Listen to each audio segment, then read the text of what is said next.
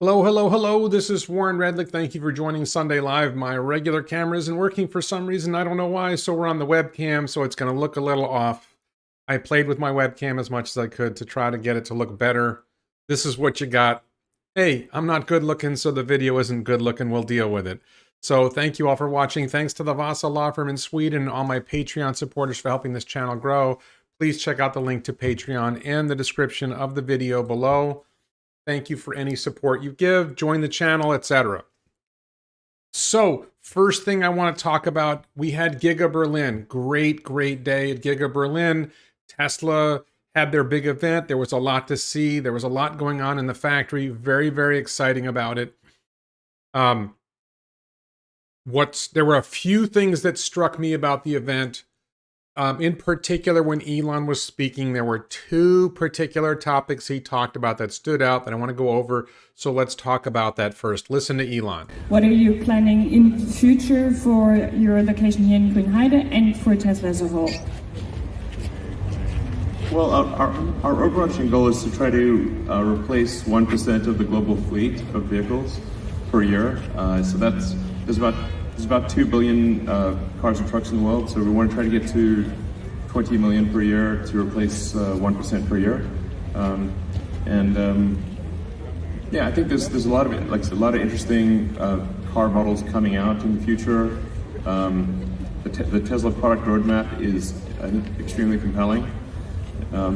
Yeah, so, but we don't want to talk too much about future products, except that I think they're very exciting. Okay, so he said something similar at another point in the Giga Berlin speech. Listen to this. And that's why we're building the Model Y, and it's a great car. Obviously, tried it out. So, and there'll be lots of other cars. Yeah, lots of interesting products coming from Tesla. Okay, so like hear the first one again. Lots of cars coming out, lots of interesting products. Let's hear it again. What are you planning in the future for your location here in Grünheide and for Tesla as a whole? Well, our overarching goal is to try to replace 1% of the global fleet of vehicles per year. So there's about 2 billion cars and trucks in the world, so we want to try to get to 20 million per year to replace 1% per year. Yeah, I think there's a lot of interesting car models coming out in the future. The Tesla product roadmap is, I think, extremely compelling. Yeah, so, but we don't want to talk too much about future products, except that I think they're very exciting. Well, I want to talk about future products. I'm very excited about it, and I think we should talk about it. I understand they're not going to talk about it, but what did he mean? There's lots of future products coming. What did he mean? The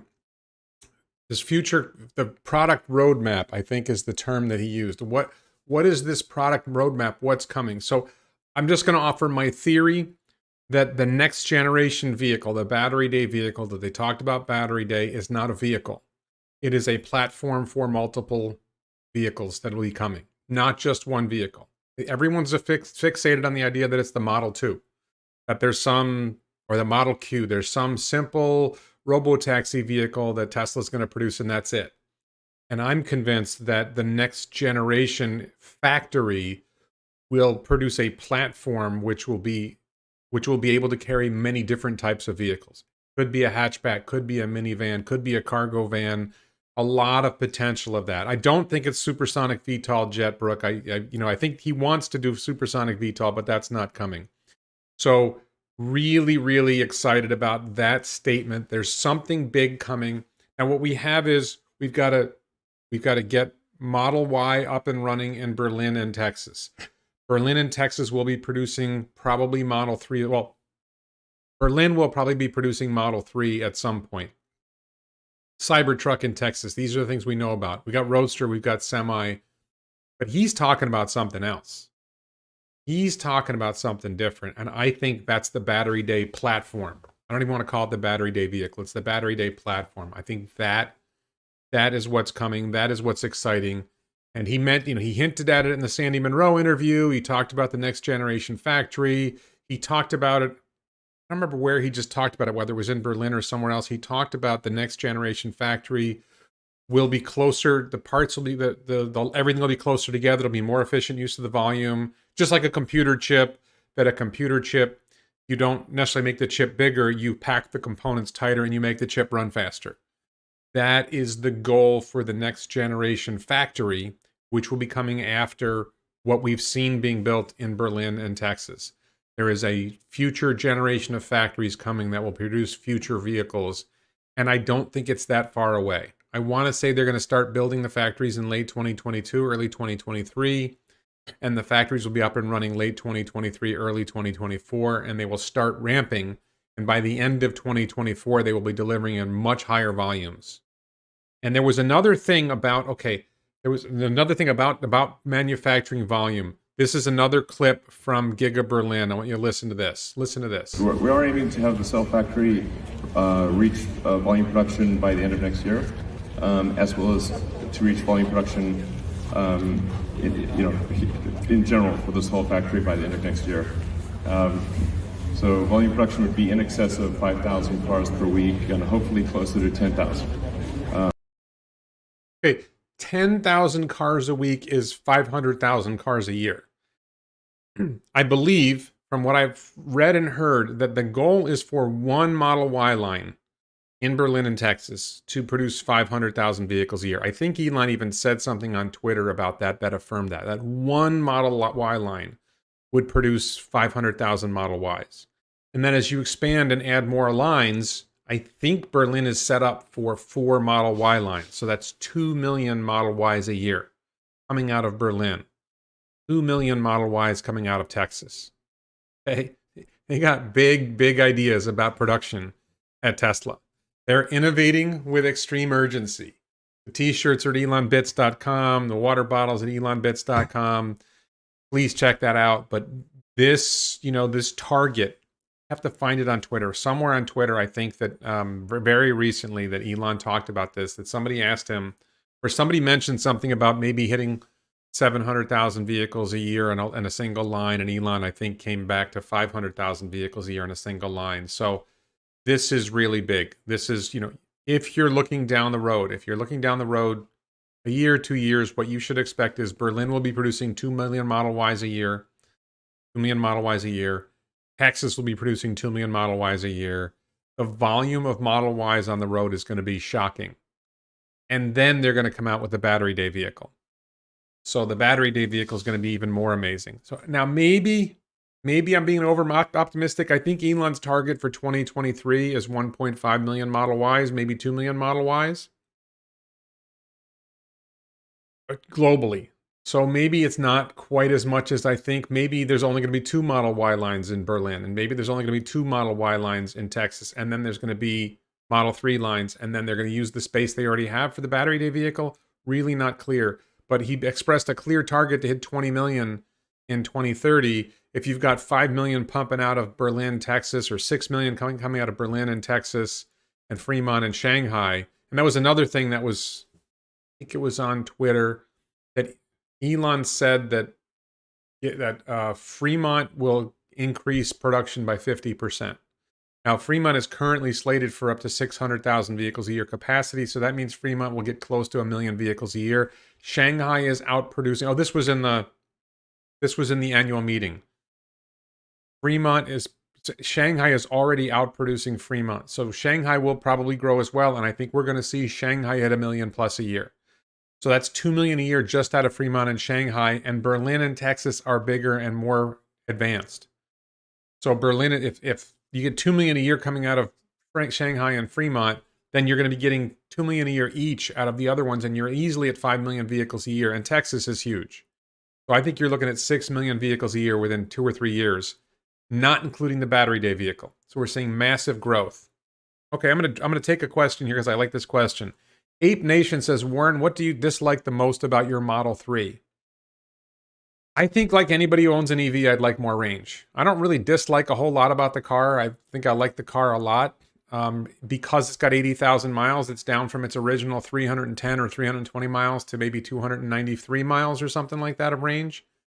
I think anybody who has an EV would like more range. I would like it if there were more chargers. There are enough chargers. I would like to see more destination chargers so that you go to a restaurant and you charge for an hour and, you know, it's only going to cost them 13 cents for you to charge for an hour or 50 cents or something like that, but it gives you some juice in the car. So I'd like to see more of that. But, you know, there's something weird with the car where the driver's side mirror doesn't remember its position, and I think I need to reset something. I'll figure that out. But overall, I'm very, very happy with the car. Drives like a dream. FSD is pretty good. Obviously, he has some work to do. Should have, I think there's another update coming tonight. So, yeah. All right. So that was that. Now, another topic I want to talk about before we dive into a Q&A is I want to talk about Lucid Motors. I just made a video about Lucid Motors. I got a lot of pushback, as usual, from Lucid fans in the comments. So let's talk about Lucid Motors. CM says I should update my price model of share price. So we've got a lot going on this month. Let me just touch on this really quick because I'm getting a lot of questions about when are you going to come out with a new model. We just did the annual shareholder meeting. We just did the Q3 deliveries. We've got the Q3 financials coming up in 10 days. So I'm not doing another model until we see what happens with Q3 because we're going to have a gap now. There's going to be a gap in significant news between the Q3 financials and the Q4 financials. The Q4 deliveries are early January. The Q4 financials are late January.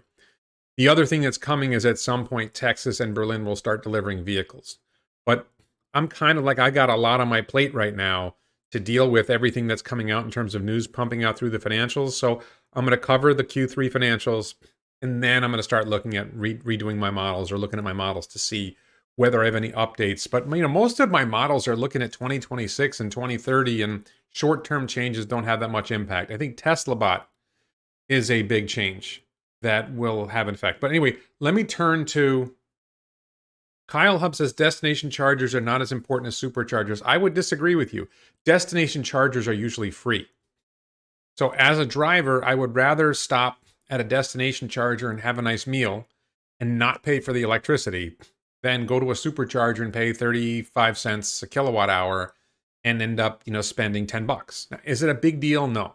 And also, I think destination chargers charge slower. They wear the battery less. So I would rather occasionally go to a destination charger. I mean, I have a charger in my house. You know, I'm in a largely good situation. Superchargers are important for long distance trips. I do want to see more superchargers, particularly in Sebring, Florida, where my mother is. But I think a spread of destination chargers would be a big help too. And they cost less and they're easier to do. And you just need more, like every Starbucks, every Burger King, every McDonald's, every one of these like fast food chains should be starting to load up on these. Sonic, you're parking the car, and while you're parking the car, or plug in while you're parked at the car. Have destination charger spots at Sonic. I mean, there's all kinds of possibilities there. I would love to see places like that recognize, hey, people love to hang out at Starbucks. If I'm going to hang out at Starbucks for an hour sipping a coffee, I don't even really drink coffee. I just had a decaf at Starbucks. It would be really cool to be able to plug in while I was at Starbucks. So I'd like to see that. So let me talk about Lucid. I don't want to lose this train of thought. So Lucid Motors, I did my video about Lucid Motors, and as usual, I'm critical that they are telling a lot of stories and there's some holes in the story. If you followed my recent video, check my channel. I did a video about the Lucid documents that were filed with the EPA that led to the claim of 520 miles of range. They didn't test the 520 mile range vehicle in the documents that were filed, but you can check all that out. Check the channel, go to my channel. It was one of my most recent videos. So in response to that, some big Lucid fan account on, check out the water bottle. ElonBits.com, this is one of the best-selling items. And this is one of my favorite shirts currently, Innovate with Extreme Urgency. This is Elon, this is SpaceX, this is Tesla. You gotta innovate with extreme urgency. So somebody responded with, well, check out this article. Road and Track published a report of their, quote, test of the Lucid Air on October 8th, so just 2 days ago. And this is after Lucid had their big production fest. They had this big festival at their factory where they invited a bunch of friendly media. Strangely, I didn't get an invite. They paid the way for 2-Bit Da Vinci and Kilowatts to come to their event. stay in a hotel, fed them, took care of them, and strangely, they put out really nice, promising comments about everything that's going on at Lucid Motors. I tweeted to Kilowatts and it's Ryan, and to Ricky from 2-Bit Da Vinci saying, hey, after we saw what the Berlin production area looked like, I just asked, does this look the same? Because I don't really have a sense, because I wasn't there, was what they saw on the supposed production line at Lucid Motors comparable to what Tesla showed off with the Model Y line in Berlin? I didn't really get a straight answer from them. I got a lot of pushback from Lucid fans, and it ended up being an argument rather than a genuine question, unfortunately. But, so the Road and Track article, which is October 8th, go to roadandtrack.com, whatever. Here's some tidbits. First of all, this is the article. The Lucid Air is so good it should make Tesla sweat. Now I want to start with this. This is dumb. The Lucid Air, whether it's good or not, has nothing to do with Tesla. The Lucid Air Dream that they supposedly tested is a $170,000 vehicle. That doesn't compete with anything Tesla makes. The most expensive vehicle Tesla makes is a $140,000 Plaid Model S, which is much, much faster than the Lucid Air. It's a much higher performance vehicle than the Lucid Air, so it's kind of an odd thing to compare. Once you go below that, the Model X, Lucid doesn't make anything that competes with the Model X. You get down to the long-range Model S, which is $90,000. And when is Lucid going to sell a vehicle that's comparable to $90,000 Tesla? And, there's so much that the article... Lucid itself does not say they're targeting Tesla. This is another key thing that the pushback I get from the Lucid fans is, oh, you're just a Tesla fan. First of all, most Lucid people are Tesla fans. If you go to a Lucid store, they love Tesla. Tesla is a great vehicle. If you hear Peter Rawlinson talk about Tesla, he says positive things about Tesla. Lucid is not trying to compete with Tesla. And Lucid's plans, if you read their slide deck, and you can check my previous videos about Lucid, their slide deck from the SPAC merger, their corporate communications have been they are trying to produce, for the next 4 years, their average selling price will be $100,000. Tesla's average selling price is already less than $50,000. These two companies, assuming Lucid ever makes a car and delivers a car to a customer, they're competing in different spaces. Lucid's target is the Mercedes S-Class. Lucid's target is the BMW 7 Series. When they come out with Project Gravity, it's a much larger SUV. It's a different format than the Model X. They're not trying to compete with Tesla. They're trying to compete with big auto, with the high-end luxury vehicles by Mercedes and BMW. They are not targeting Tesla. So this has nothing to do with making Tesla sweat. It would be great if Road and Track said this should make Mercedes sweat. This should make BMW sweat. That would have been a much more appropriate headline. This is an example of the twisted bias of the mainstream media. So, I want to point out, again, I believe that Lucid, my personal opinion, I don't have facts to back it up from inside Lucid. My personal opinion is that Lucid is a fraudulent company. That there is some deeper, big-time fraud going on here at Lucid. That's an opinion. And I just catch little hints here and there. This is a vehicle that is supposedly in production, and Rawlinson won't reveal the Dream's battery size. I just did a video where I broke down how the EPA documents show that their battery is 139 kilowatt hours. And Rawlinson won't reveal the battery size to an automotive journalist for a vehicle that's supposedly already in production and about to be delivered to customers. Why are you hiding that? Why is this a detail that needs to be hidden? And he says it's not decisively larger than the 112 kilowatt hour pack in the Air Grand Touring. Okay, so the EPA documents show that the battery, it's a 924 volt architecture with 150 amp hours. That works out to 138 or 139 kilowatt hours. Why is he hiding the battery size? Why don't you just tell him? 6600 cylindrical 2170 battery cells. Why don't you just tell them? Which batteries are they? Are they LG Chem? Are they Samsung? How many volts in each battery? How many amp hours? You could just come from... This is supposedly a vehicle that's already in production, about to be delivered. What competitive advantage are you giving away? Who's going to learn something from this that's going to be a danger to the company? This is game playing by Peter Rawlinson, by Lucid Motors, to avoid acknowledging the fact that their battery is 139 kilowatt hours. It's not as efficient as they're claiming. This is a lie. So, another detail. Remember, this is a vehicle that is supposedly in production, about to be delivered to customers, but the pre-production model, why are they driving a pre-production model instead of a production model that's already in production? Our pre-production model's quick charge software isn't fully operational. It doesn't work yet. The car doesn't work yet. Okay? The quick charge software isn't full. This was like 2 days ago, 3 days ago, 4 or 5 days ago. I don't know when this was. It was published 2 days ago. They don't have the charging software working yet. They claim they've got a 350 kilowatt charger ready to go, but it doesn't work yet. What's the problem? Why isn't this working? Come on. There's more. So here, Road and Track reports that the vehicle is roughly 5,050 pounds or more. Why don't they have a price? Why don't they have a precise number? Why don't they have a precise number for the vehicle's curb weight? This is a vehicle that's they told us at the event that the vehicle's in production, about to be delivered to customers. You're going to deliver to customers by the end of this month. Why aren't you revealing the curb weight? The curb weight is in the EPA documents. It's 5,200 pounds, is not 5,050 pounds. Did Lucid tell them it was 5,050 pounds? Are they guessing? Where is Road and Track getting this number from? Why did they say 5,050 pounds or more? This is the kind of, listen, I have been a fan of Road and Track and Car and Driver and Motor Trend for years. And they have become pale shadows of what they once were. They used to test vehicles. They used to weigh the vehicles. Now they're just taking fluff from the manufacturer and taking their word for it. What the hell? What is going on with Road and Track? How could you possibly do a review of a vehicle and not know its curb weight? Sorry. Charlotte the Wonder Puppy's coming in. Come here. Hello. We got Charlotte the Wonder Puppy. She doesn't like being on camera. So, they said that this article is filled with fluff about how wonderful the car is, but it's short on detail. What happened to the details? And then right here, they're driving the car, and the founder frets over a trace of front-end pitch and assures me it's being addressed with a rolling change, 10% softer front springs and a 10% stiffer stabilizer bar.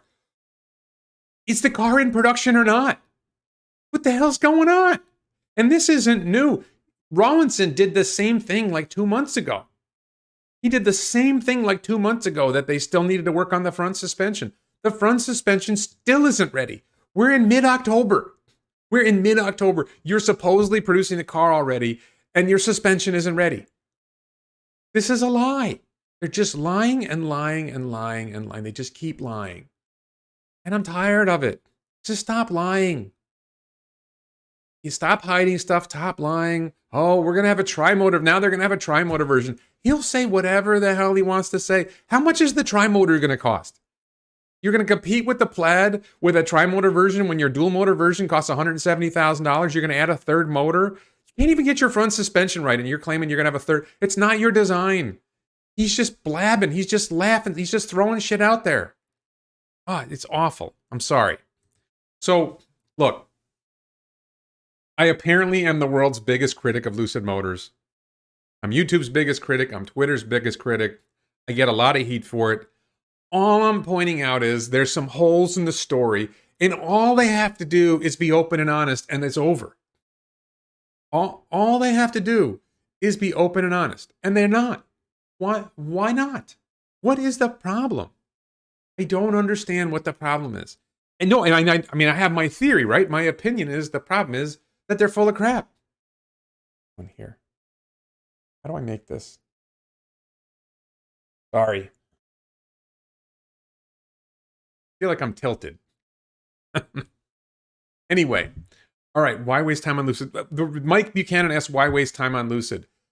I make videos about Lucid and people watch them and I get feedback and I get engagement. I think there is an audience that is interested in what I have to say about Lucid.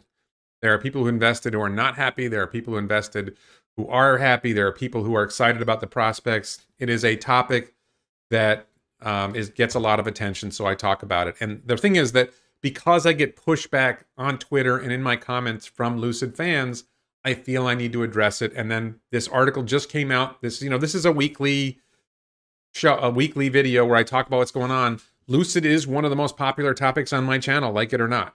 So We'll see.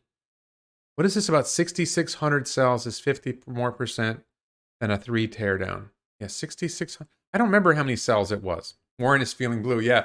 So for those who are just joining the channel, my regular camera for some reason is not working. I think the camera is working. It's something between the camera and the computer.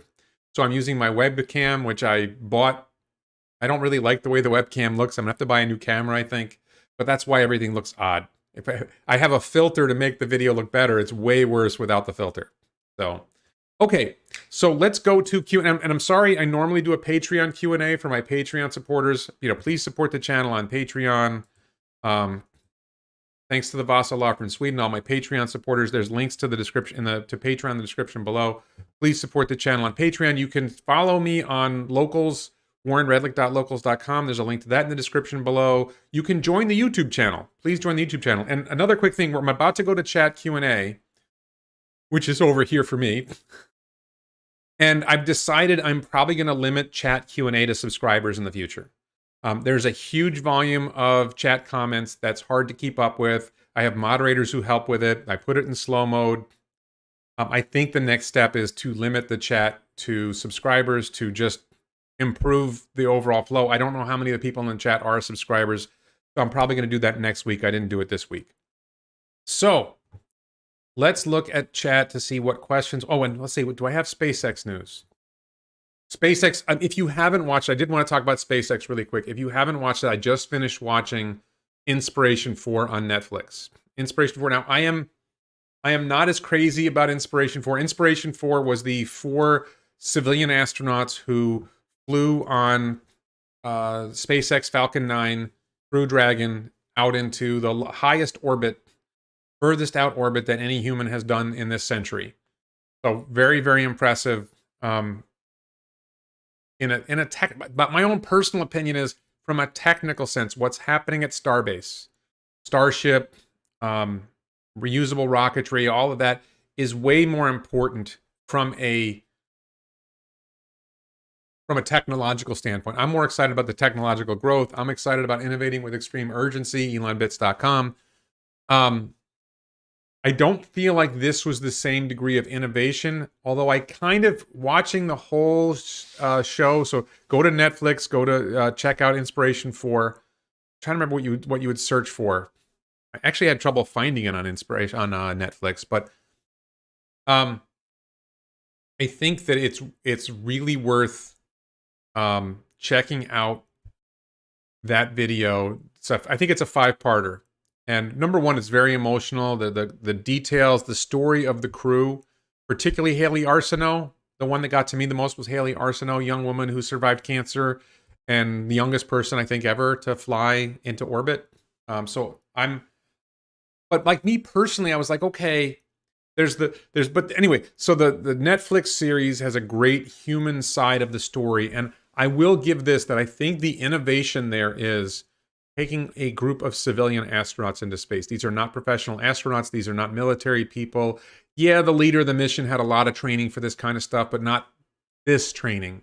And yes, Cyan, I can't remember her last name. Cyan was one of the other, she had tried to be a NASA astronaut. She has a lot of space history in her family, a lot of passion for it. 2 people on that ship that didn't have any, and just the challenge of taking people who don't have a lot of astronaut training and experience, getting them sufficient training, getting them to go up. I think that was a really good sort of human side innovation rather than the rocket side of the innovation. So that was really interesting. Called Countdown. Thank you, Steve Rosen. Look for Countdown on Netflix. I just watched the final episode last night. Funny thing, I've been staying in a hotel, long story there. Really crappy hotel. I can now say definitively I will probably never stay in a Motel 6 again. I was staying in Studio 6 because it's nearby and it has a kitchen. But anyway, I was watching the videos in the car, the Model 3, because the Model 3, you can watch Netflix in the car, and I had no internet in Studio 6, crappy television, everything. And I ended up watching like YouTube videos and Netflix. What did I watch? I watched Dave Chappelle too. I watched like 3 videos last night in the car because it's more comfortable than being in the hotel room, and it had better internet signals. So it's funny.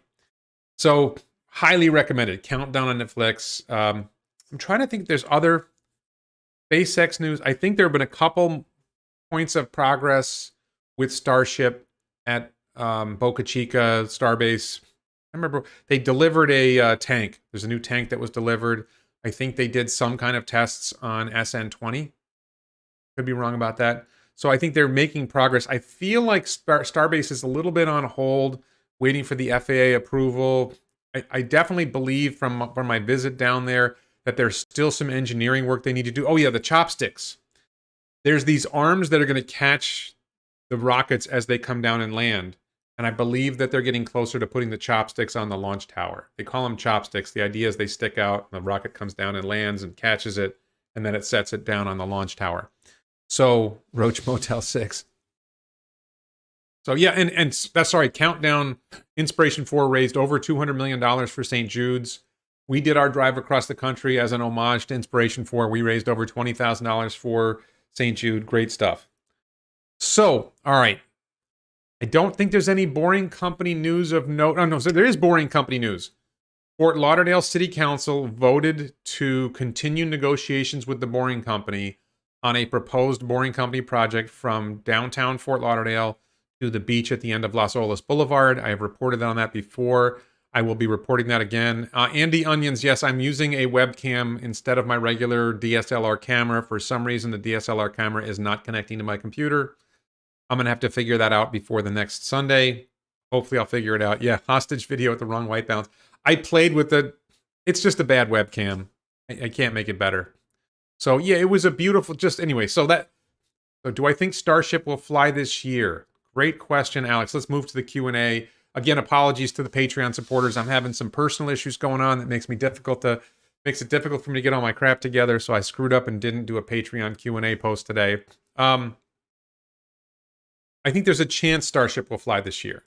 I think that it would be late December or maybe it's early January. They're waiting for FAA approval. I think there's still some engineering work that needs to be done. I don't think the chopsticks matter because I don't think they're planning on catching this booster. They're planning on having this booster do a soft landing in the Gulf of Mexico. Starship is going to do a soft landing off the coast of Hawaii. So, all right, here's a question. If, when needed, would you rather be in an old age home taken care of by humans or taken care of by a Tesla bot at home? I don't think it's that simple, Alvin. Given that my mother is in an assisted living facility now, I think that what's most likely to be good is to be in a place where you are cared for both by humans and by Tesla bots. And the Tesla bots will do the work that is least appealing to humans to do. Cleaning up poop, for example, is a much better job for a Tesla bot than it is for a human. Just a really simple example of something you don't want to think about that happens in assisted living facilities and nursing homes is sometimes there's a poop or pee mess, urine or feces mess that comes as a result of the person having problems, and it's probably better to have Tesla bot do that. Helping someone get up off the ground might be a better thing for Tesla bot because it can be a cause of back injuries for humans. So, okay, Lucas Funk says, did I watch the presentation Lucid posted on their YouTube channel on 30th of September? Peter R. saying they had 6 cars tested doing more range than anyone else and had only a 112 kilowatt hour battery. I saw some of that. Here's the thing. Peter Rawlinson says stuff, and it's not always true. So I saw some of what he said, but I also read the documents that were filed with the EPA. They qualified 6 vehicles in their filing, but only 1 vehicle was tested. It was the P edition, the performance edition of the Dream. That's the only testing that I saw, and I went through the documents. You can search the EPA. If you go back to my Lucid video a week or 2 ago, there's a link to where you can go on the EPA website to search for the documents. You can search for yourself. The only thing that the document shows is that, yes, they reported that this applied to 6 vehicles. And the same thing, by the way, with Tesla. They tested the Model S Plaid, and they applied that to the Model S long range. And not only that, they test different wheel sizes.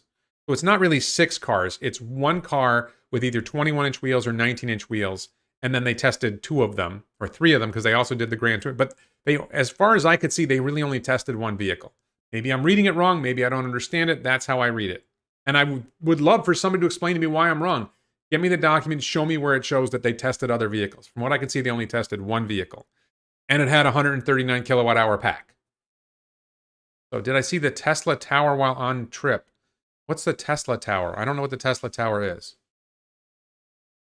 Ben Pena says, Warren Redlick, did you think that you would be raising money when you started this channel? I don't even know what you mean by raising money. So I started this channel, I think it's more than 10 years ago, just as a goof.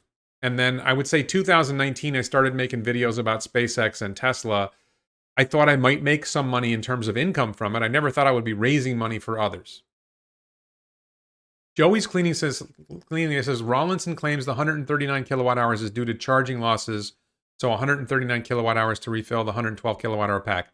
I don't believe that Rawlinson has said that. I have never seen Rawlinson acknowledge there's 139 kilowatt hours in the pack. So I don't think that's true.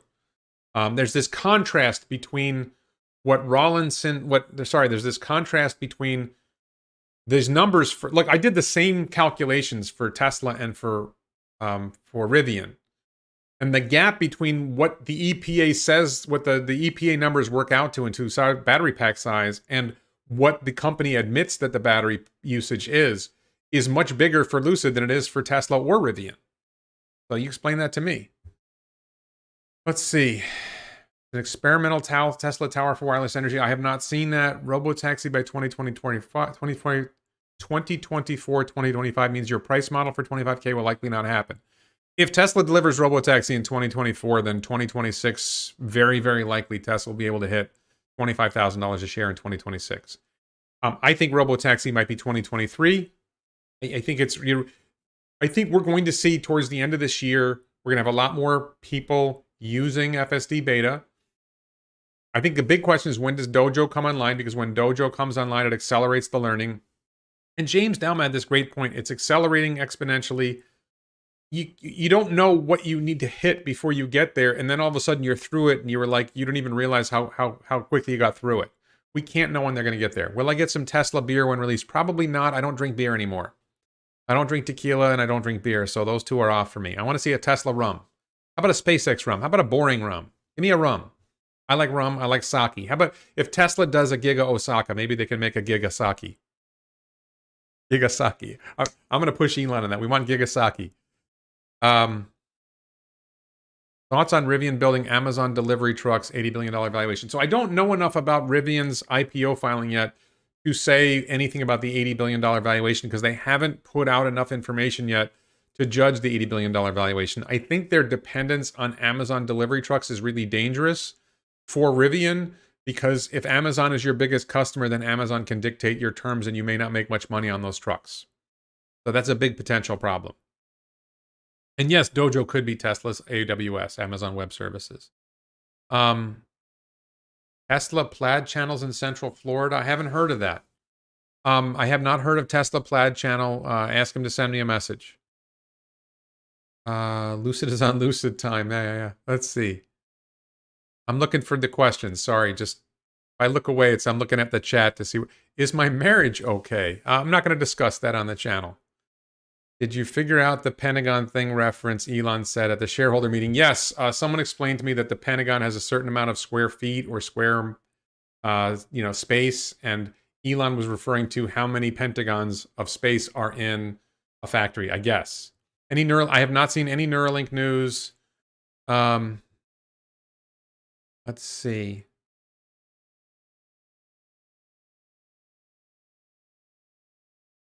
All right. Tesla bot is bigger than Tesla cars. The bot will replace human labor costs, which is too high. I interviewed Dave Lee. If you check my channel, I spoke with Dave Lee. And Dave Lee, towards the end of that video, we talked about Tesla bot.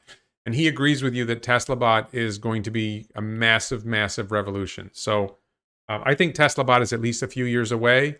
I am hopeful that they are able to accomplish that. I believe they are hiring to build it, so that's a good sign.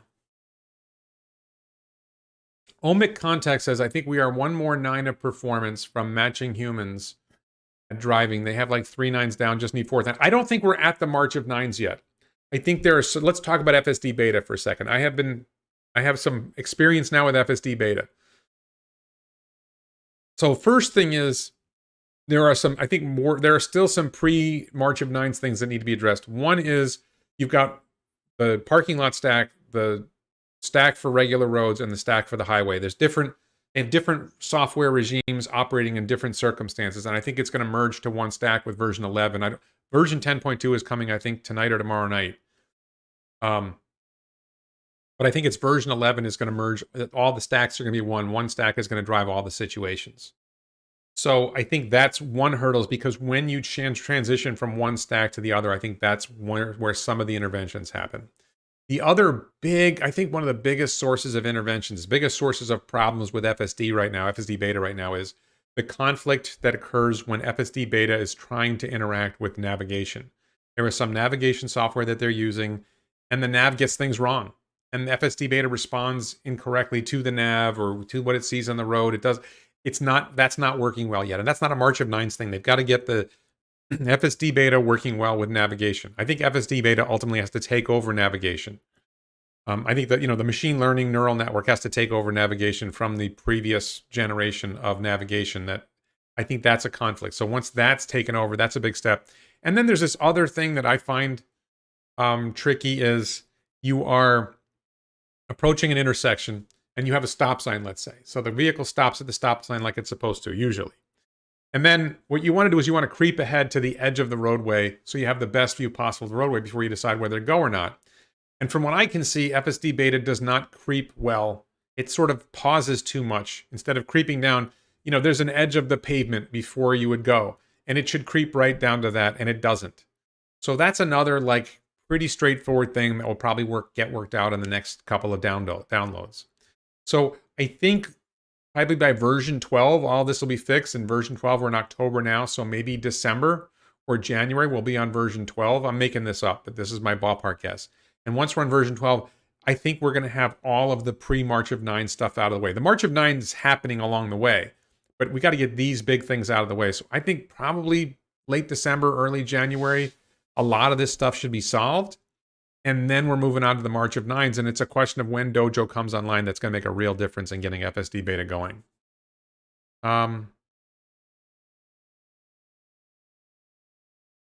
Did I notice Lucid Air reviewer complaining about high leg position in back seat? He guesses it was the huge battery pack.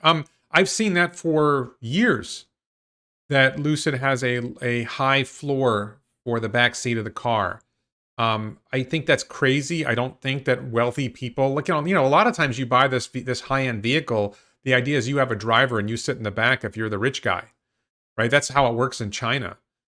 Well, the rich guy isn't going to want to sit in the back seat of that car. I just don't get it. You're not going to want to have adults in their back seat with that. Your kids probably aren't going to like it. That is a major flaw in the car, in the Lucid Air.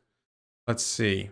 Starlink seems to be making incredible progress. Best guess for one IPO. I think Starlink IPOs in 2023. I guess.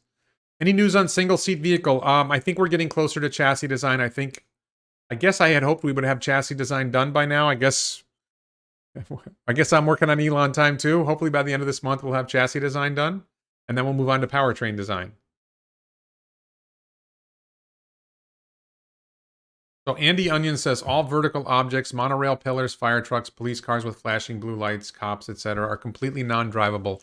When do I think FSD will learn that? I think the monorail pillars thing was solved. I think Gali was driving in Seattle and it actually figured out the monorail pillars. I think that's within the next couple months it gets that. I don't think that's that hard. Where do I think the next Gigafactory will be? I don't think I think the next Gigafactories will be in their present locations. I think future locations we're not going to know until 2023. Maybe late 2022, but probably 2023. Would I sell my shares if Robotaxi doesn't happen? I will sell my shares if the share price goes up higher than I think the company's worth. Right? It's not a question of Robotaxi. First of all, what do you mean if Robotaxi doesn't happen? It's a question of when Robotaxi happens. We won't know that Robotaxi, it's not like there's going to be a day in 2024 when Elon says, well, that's it, we can't do it, we're giving up. That seems highly unlikely. Which year will be a bigger year for Tesla, 2022 or 2023? 2023 will be a bigger year, 2024 will be a bigger year than that. Look, Lucid is not trying to compete with Tesla. Lucid is trying to make a freaking car. Just make a car, deliver a car, compete with yourself first. Let's see. I'm looking at questions in the chat. Sorry. Only if you understood the economics of a Gigafactory in India. I don't see where that's coming from. Sorry. Okay, so what will the first Y model out of Texas be? So I have a theory that the first Model Ys coming out of Texas will be high performance models. It'll be a new model. It won't be a performance, and it won't be a long range. It's going to be a new model. It's going to be a more expensive, higher end model because it's going to weigh much less, and it's going to have higher performance because it weighs less, and it's going to have more range. So if, let's say, the current Tesla Model Y performance is, let's say, $60,000, the new vehicle will be $70,000. And it might have 400 miles of range, and it might do 0 to 60 in 3 seconds. It's going to be insane. So PAIYJ says, so much hate towards Lucid. This isn't hate towards Lucid. I want Lucid to succeed. I just would like them to be honest about what they're doing. What's my safety score? I do not have a safety score. Let's check my phone. I don't think I have a safety score. I'm in the app right now. I don't even know where to find the safety score. I mean, I don't know where to find the safety score. This is my phone. I don't know where to find the safety score on here. Is the safety score on here? Tell me what I click. I don't see it.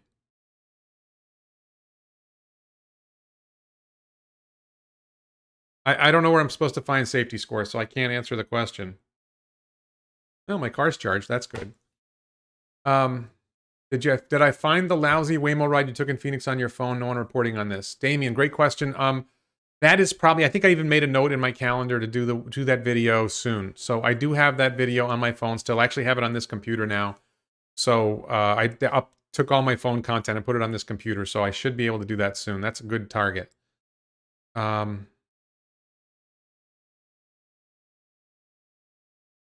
this is a good comment here from Redo Fredo. It's interesting that Lucid doesn't give out any press cars. Look, Mercedes-Benz let MKBHD take a Mercedes EQS for 2 days without somebody from Lucid sitting in the car with them, without people from Lucid following them.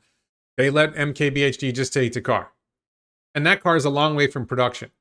So why isn't Lucid just giving somebody a car and saying, why aren't they giving MKBHD, Marcus Brownlee, by the way, Marcus Brownlee is a YouTuber. Why don't they just give one to Marcus Brownlee and let him drive it around for a day? What's going on? You know, if it's ready for production and ready for customer delivery, why aren't they giving one to Marcus? Why aren't they giving one to give it to Ricky from 2-Bit Da Vinci? Give it to Brian from Kilowatts. I'll take it. I'll take it for a drive. I mean, they don't like me, but you know, give it to somebody from Motor Trend, Car and Track, Road and Driver. Give it to Nan Neal from the Wall Street Journal. Give it to Russ Mitchell from the LA Times. I don't care. I don't like the guy, but give it to someone. Let somebody actually take the car and drive it themselves. Let them take it to a track on their own without Lucid dogging them. Oh, Ape Nation says, cost to get a home charger installed. Roughly how much does a full charge cost? So, have I given Ellie a ride in my car yet? Ellie lives in Utah and I live in South Florida, so Ellie has not even seen my car. In person, anyway. I don't think she's seen it at all. Cost to get home charger installed. So, I paid $1,000 to have what's called a NEMA 1450 outlet, which is a 32... Well, I think we have it wired for 50 amps, but it only uses 32 amps on the car. It is a 240 volt outlet. It charges the car about 30 miles an hour. It adds about 30 miles an hour to the car, if that makes sense. So it's about $1,000. We pay about 13 cents a kilowatt hour in Florida on our electric bill. So, you know, charging 50 kilowatt hours is $6.50, which is, you know, that's a typical fill up for a Tesla, you know, with a 75 kilowatt hour package. You put about 40 or 50 kilowatt hours in. So I spend like $6 filling it up. Compare that to a gasoline car. Have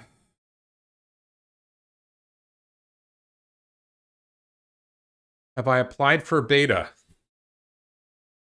I have not applied for beta. I do have experience driving beta, but I have not applied for beta. Think about that. Do I think the energy business will be profitable in 2022? I think that energy business is making progress, but I don't know that the energy business is unprofitable anyway. I think that the energy business will grow in 2022, but I think it will be limited in its growth. It depends on how many batteries. Look, if C8, they do have the Megapack factory that they opened. I believe that's going to be a 40 gigawatt hour factory, which I think works out to more than 10,000 megapacks a year. Was that the number? I think that was more than 10,000 megapacks a year. And they're $1 million a piece. So that's $10 billion a year in revenue. So if they can get the Megapack factory up and running and pumping out more than 10,000 megapacks a year at $1 million a piece, yeah, I think Megapack's going to be profitable. Led Zepp says, Lee IVC says, I would watch this channel more if there wasn't so much Lucid hate. Look, I don't hate Lucid. I would just like them to be honest. Okay? You can go back. Look. Rawlinson won't reveal the Dream's battery size. Pre-production model software wasn't fully operational. They claim it's 5,050 pounds and we know it's 5,200 pounds. The suspension isn't ready. Look, be honest with your status and then we can talk. I don't hate them. Just be honest. I wouldn't be cracking on Lucid if they would be honest. They're not honest. I don't like people who are dishonest. I'm sorry you don't like that. Led Zepp says, Warren, do you feel that Tesla getting into artificial general intelligence development, AGI development, is something noteworthy? It was the biggest news from Tesla AI Day and it went on to the radio. I did not hear references to artificial general intelligence in a significant way at AI Day. I think Elon has talked about AGI coming. I think he's talked about the fact that it's going to happen and Tesla might as well be working on it. But I didn't specifically hear Elon say that they're working on AGI. I think it's, first of all, we don't really know what it takes to have AGI. They're working on improving artificial intelligence.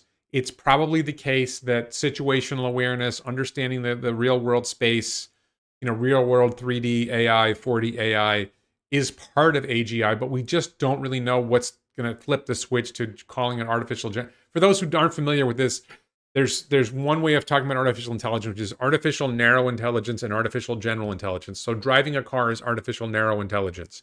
You have a task that you want the car to do, you train it to do it, and it does that task, but that's not capable of doing philosophy. It's not capable of doing something outside of its task. And then there's artificial general intelligence, which is, you can do everything. You could have artificial general intelligence at the level of a mouse. You could have artificial general intelligence at the level of a chimpanzee. You could have artificial general intelligence at the level of a human. The theory is, and I think this is pretty sound, is when artificial general intelligence exists in the first place, it doesn't exist yet, and it reaches the level of a mouse, then the next year it'll be reached the level of a chimp, and then 6 months later it'll reach the level of human, and then a week later it'll be smarter than us. And at that point, you better hope that it views us as a pet rather than viewing us as a threat. Because if AGI comes about and we appear to be a threat to it, then it might kill us all. So one of the important things for us to do is to let AGI know as it's developing, we love you. We're very excited about you. We hope you'll take us along for the ride when you take us into space and beyond. That's the attitude. So, do I still have the beta for FSD? Maybe it transferred. I have not transferred the ownership of the car into I got the car registered. I have Florida plate on it now. I'm going to send Omar's plate back to him. I expect to put the car in my name as far as the car is concerned, probably in a day or so. So technically speaking, the car still has FSD beta on it. Will Tesla launch Model Ys in Berlin and Texas with yoke? I haven't heard anything about that. What is my safety word? Lucas Funk says, I think he's talking about Peter Rawlinson. He said it's 112 kilowatt hours in his presentation. Did you watch that video, Warren? I read the EPA documents. I don't care what Peter Rawlinson says. The guy's a liar. He is a habitual liar. He lies and lies and lies. I don't care what he says. I care what the documents show. Give me the documents. Why doesn't Lucid say the curb weight of the vehicle on the website under the specs? You can go to the Lucid website. You can look for, there's a page of specifications on the Lucid Air. Why doesn't it say the pack size? Why doesn't it say the curb weight? So, if AI works on Elon time, it might take decades to think like a human. This is the thing, Jim, and thank you, Jim Whitehead. Thank you to the moderators for moderating the chat. I absolutely agree with you, Jim, that it's sort of like with driving the car, with FSD. You don't really know how good you have to get before you've hit it. I think that inside Tesla's AI team, I think they have a pretty good idea of what they need to achieve to get to full self-driving, and I think they think they're close. But you never know what hurdles there are, and we don't even really know what's needed for AGI. Like, I don't think anyone has a really good sense of we don't really understand what intelligence is. What is human cognition? What separates us from something that doesn't think, from something that isn't intelligent? It's a really, really hard question to wrap your head around. Great video on Lex Friedman. I forget who, Lex Friedman had this great interview with this guy who talked about this theory of the brain. Really, really interesting stuff. What do I think about GM's EV transition plan and goal to double revenue by 2030? I don't think about GM's transition plan. I don't think about General Motors at all. I think about Ford very little. I think about Volkswagen very little. I focus on Tesla. I think that legacy auto is doomed. They cannot survive. They have too many hurdles in the way. They have too much bureaucracy. They have too much problems with unions, too much problem with dealerships, too much problem with government, too many legacy problems to overcome that they cannot possibly compete with Tesla. I don't think they can compete with Rivian. I don't think they can compete. If Lucid pulls their heads out of their asses and actually makes a car, I don't think legacy auto will be able to compete with Lucid.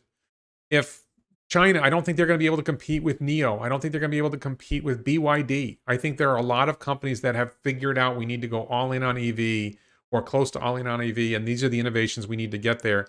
And legacy auto is so caught up with other problems they can't get there. Have I seen the AlphaGo documentary? I did watch the AlphaGo documentary. That was very good. What's his name? Andre on Clubhouse. Andre recommended it again and again and again, and I finally watched the AlphaGo documentary on the screen of the Model 3 in the parking lot of the hotel, actually. Sandy Monroe should tear down the Lucid. Yeah, when they deliver a car, he could do that. MK says, I am old and more interested in Neuralink. What's the latest with that? I am also more interested in Neuralink, but I have not seen any news about Neuralink. Andy Onions asked, do I think Chamath Palihapitiya was an investor in Tesla, sold his stock to invest in something else? Do I think he really has a better energy opportunity than Tesla? No. I haven't seen what Chamath said on this topic, so I really should watch that.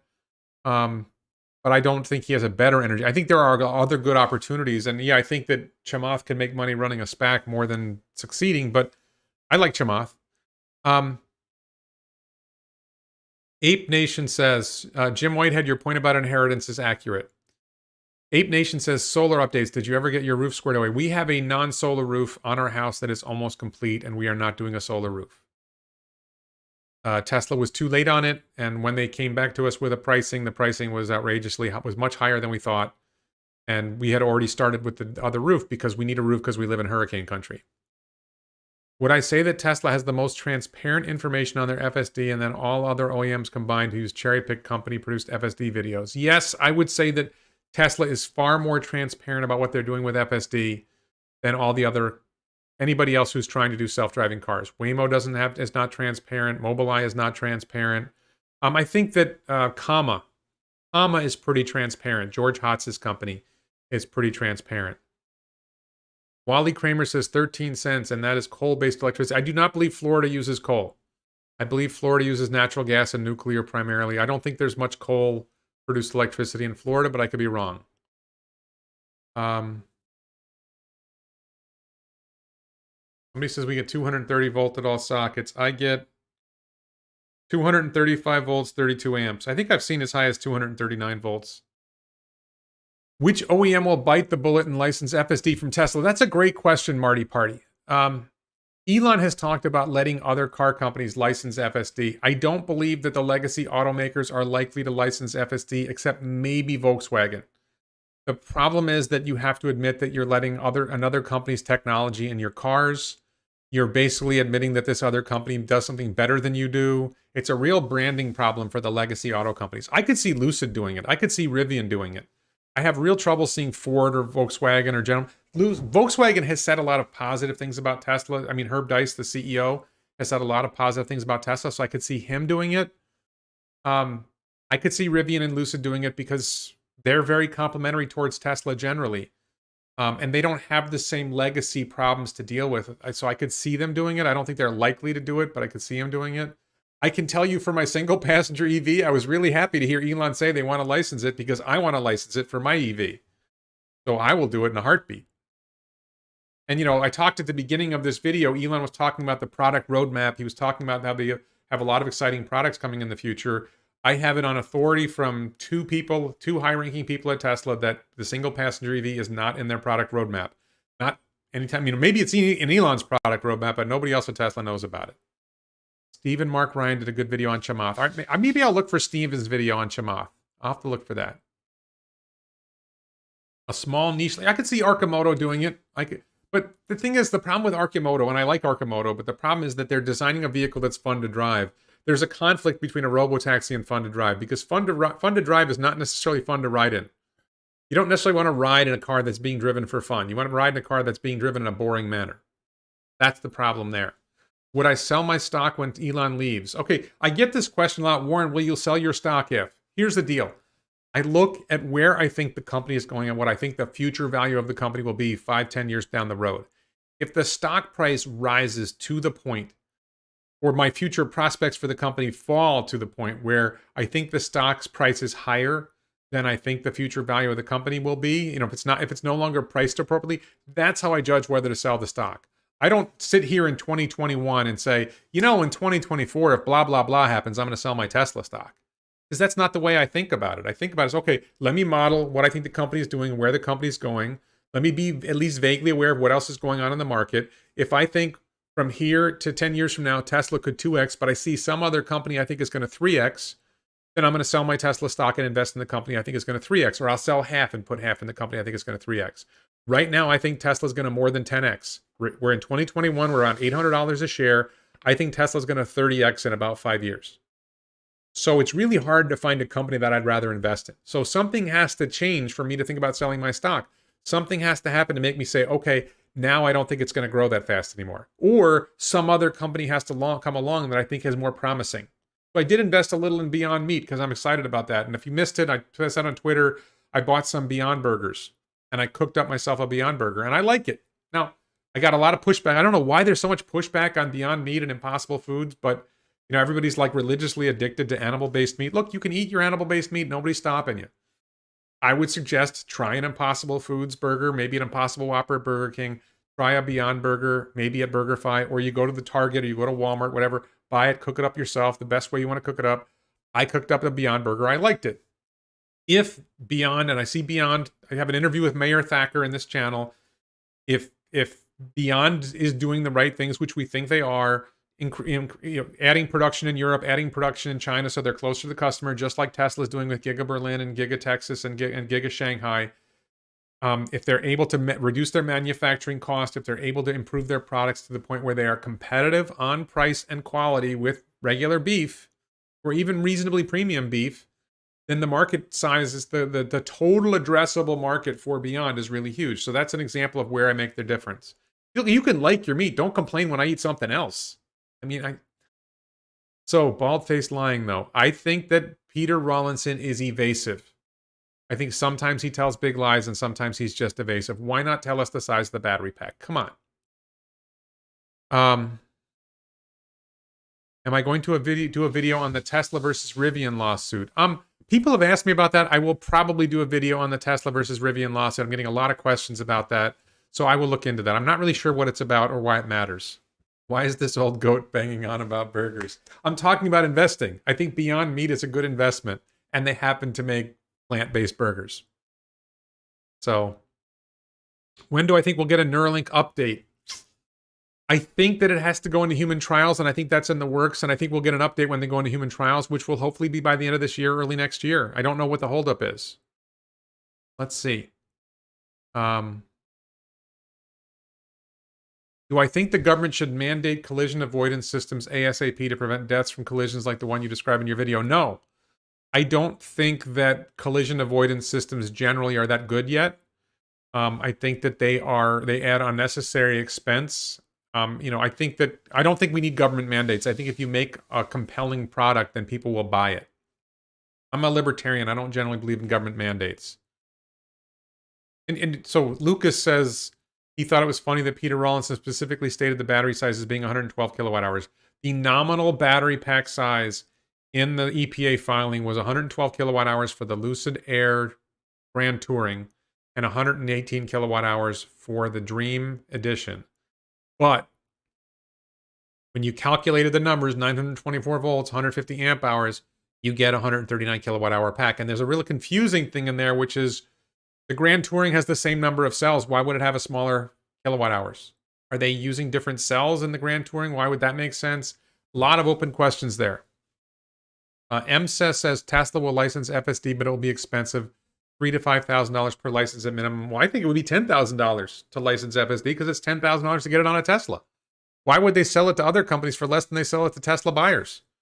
I think it's going to be $10,000 minimum, and I think it might be higher. I'm hopeful that if I can make a single passenger vehicle, that they'll recognize this can only carry one person. The price should be lower because it can't carry 5 people. But we'll see. I'm looking at questions in the chat just to see if there's anything else.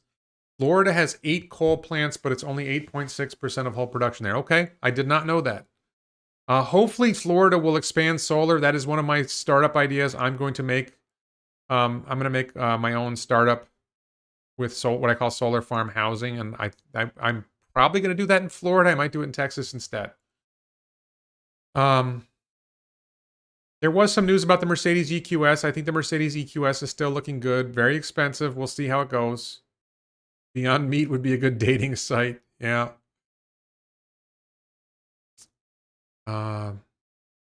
What's my Tesla price target by the end of the year from Innovative Edge?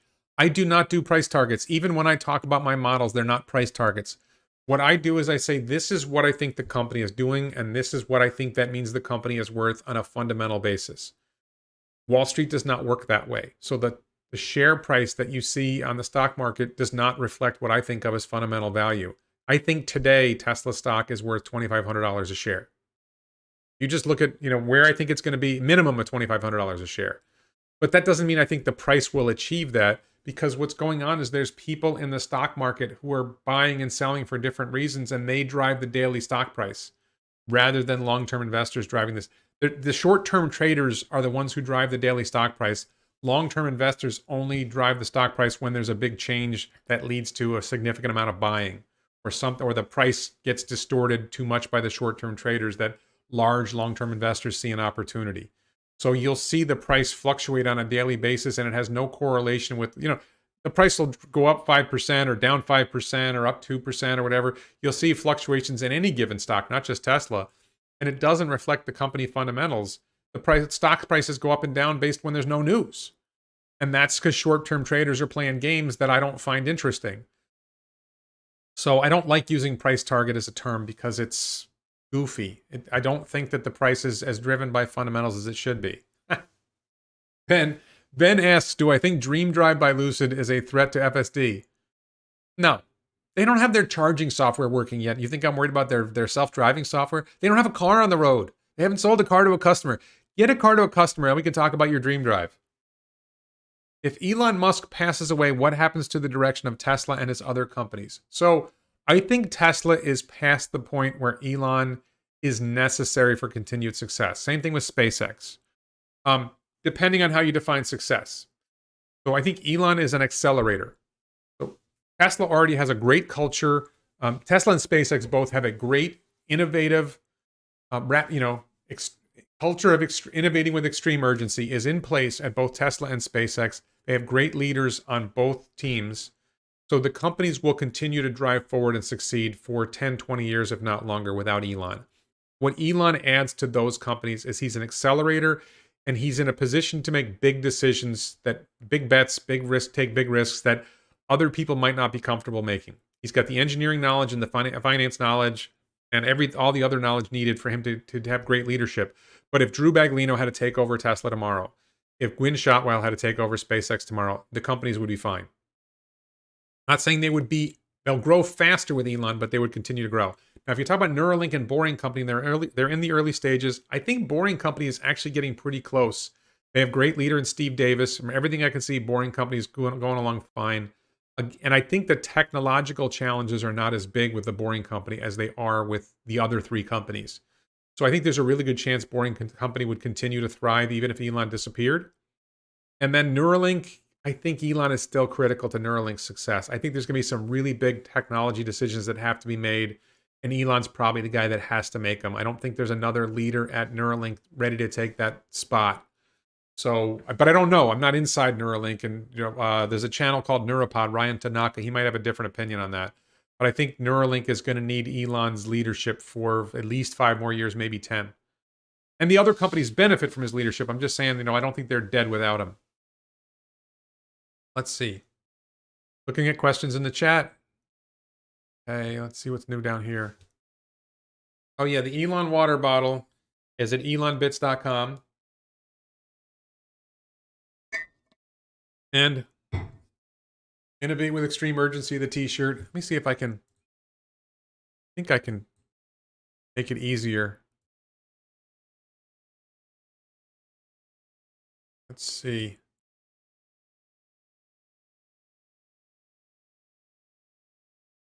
I'm going to put the stainless steel water bottle in the chat. Okay, so any second now, the stainless steel water bottle will be visible in the chat. See what we got for questions. Yeah, at the top of the chat, you can see now the stainless steel water bottle if you'd like that. Somebody asked about it, so let's go for it.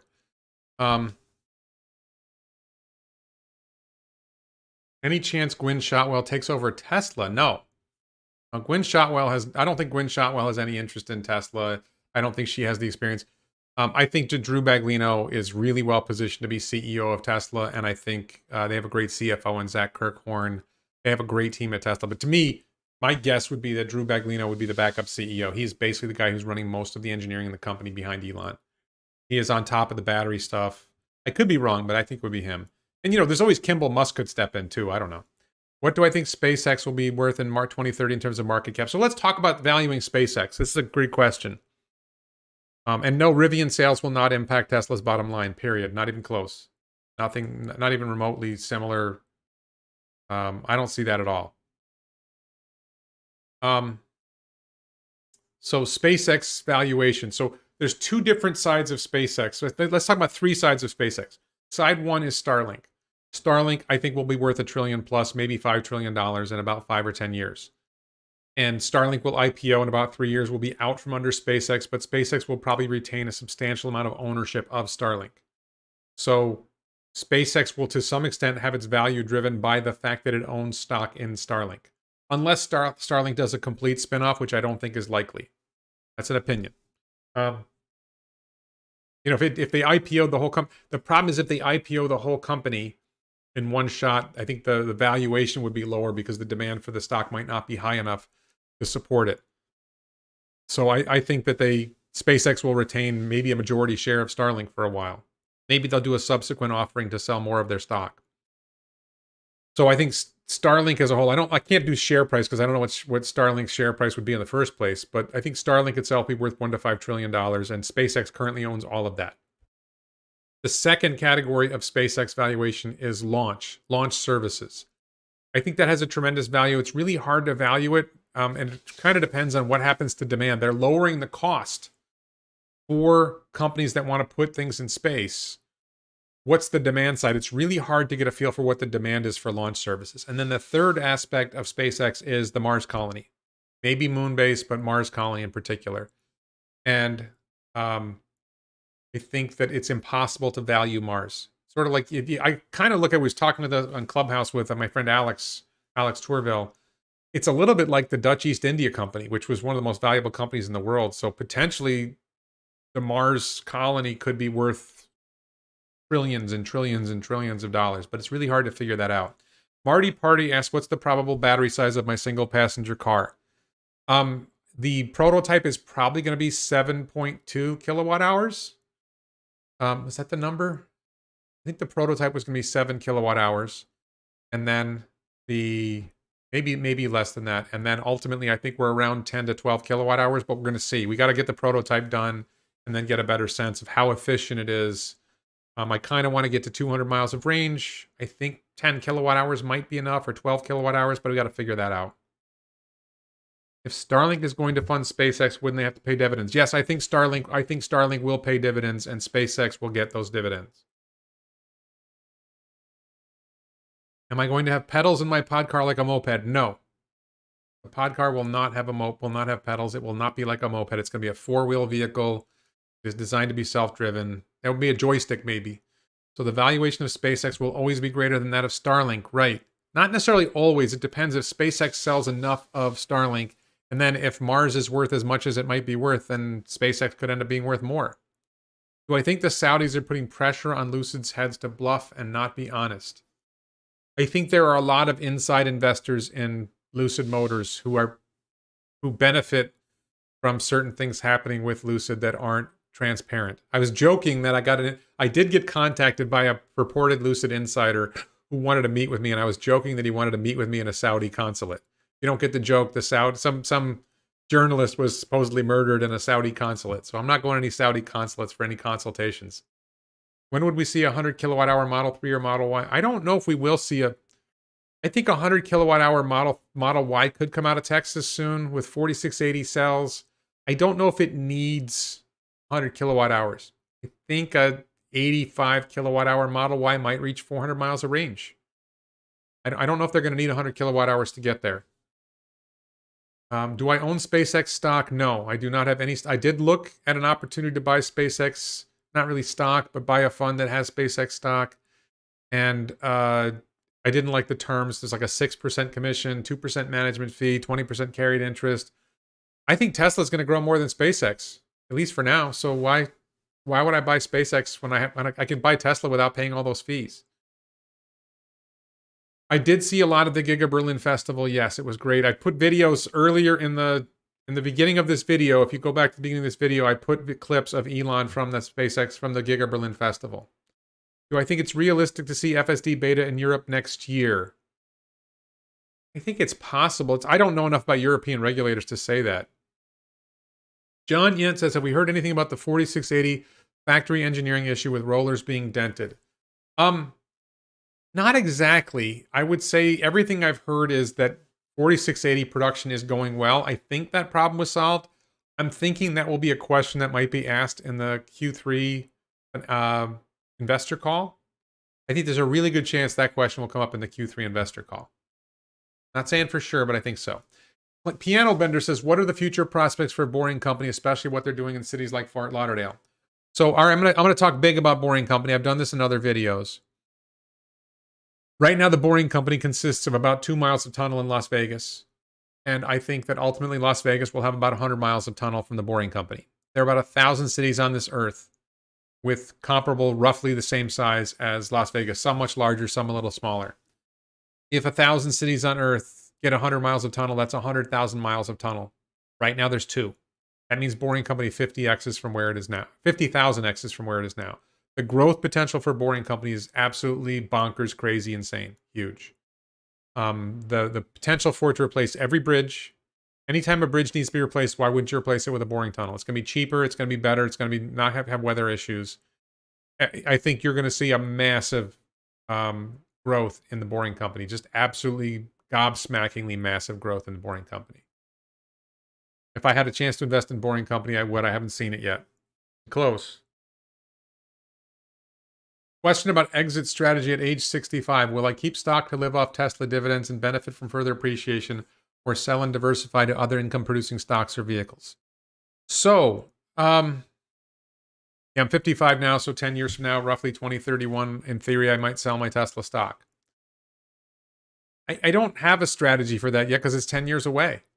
I've definitely heard from others that they borrow on margin against their stock rather than sell their stock. Since my stock's in an IRA, I don't think it's an advantage to do it that way, so I probably would sell some stock, but it really depends on what I think, what do I think the future is of Tesla at that point? If I'm in 65 years old and I have tens of millions of dollars in Tesla stock at that point, if I'm correct, and I think I am,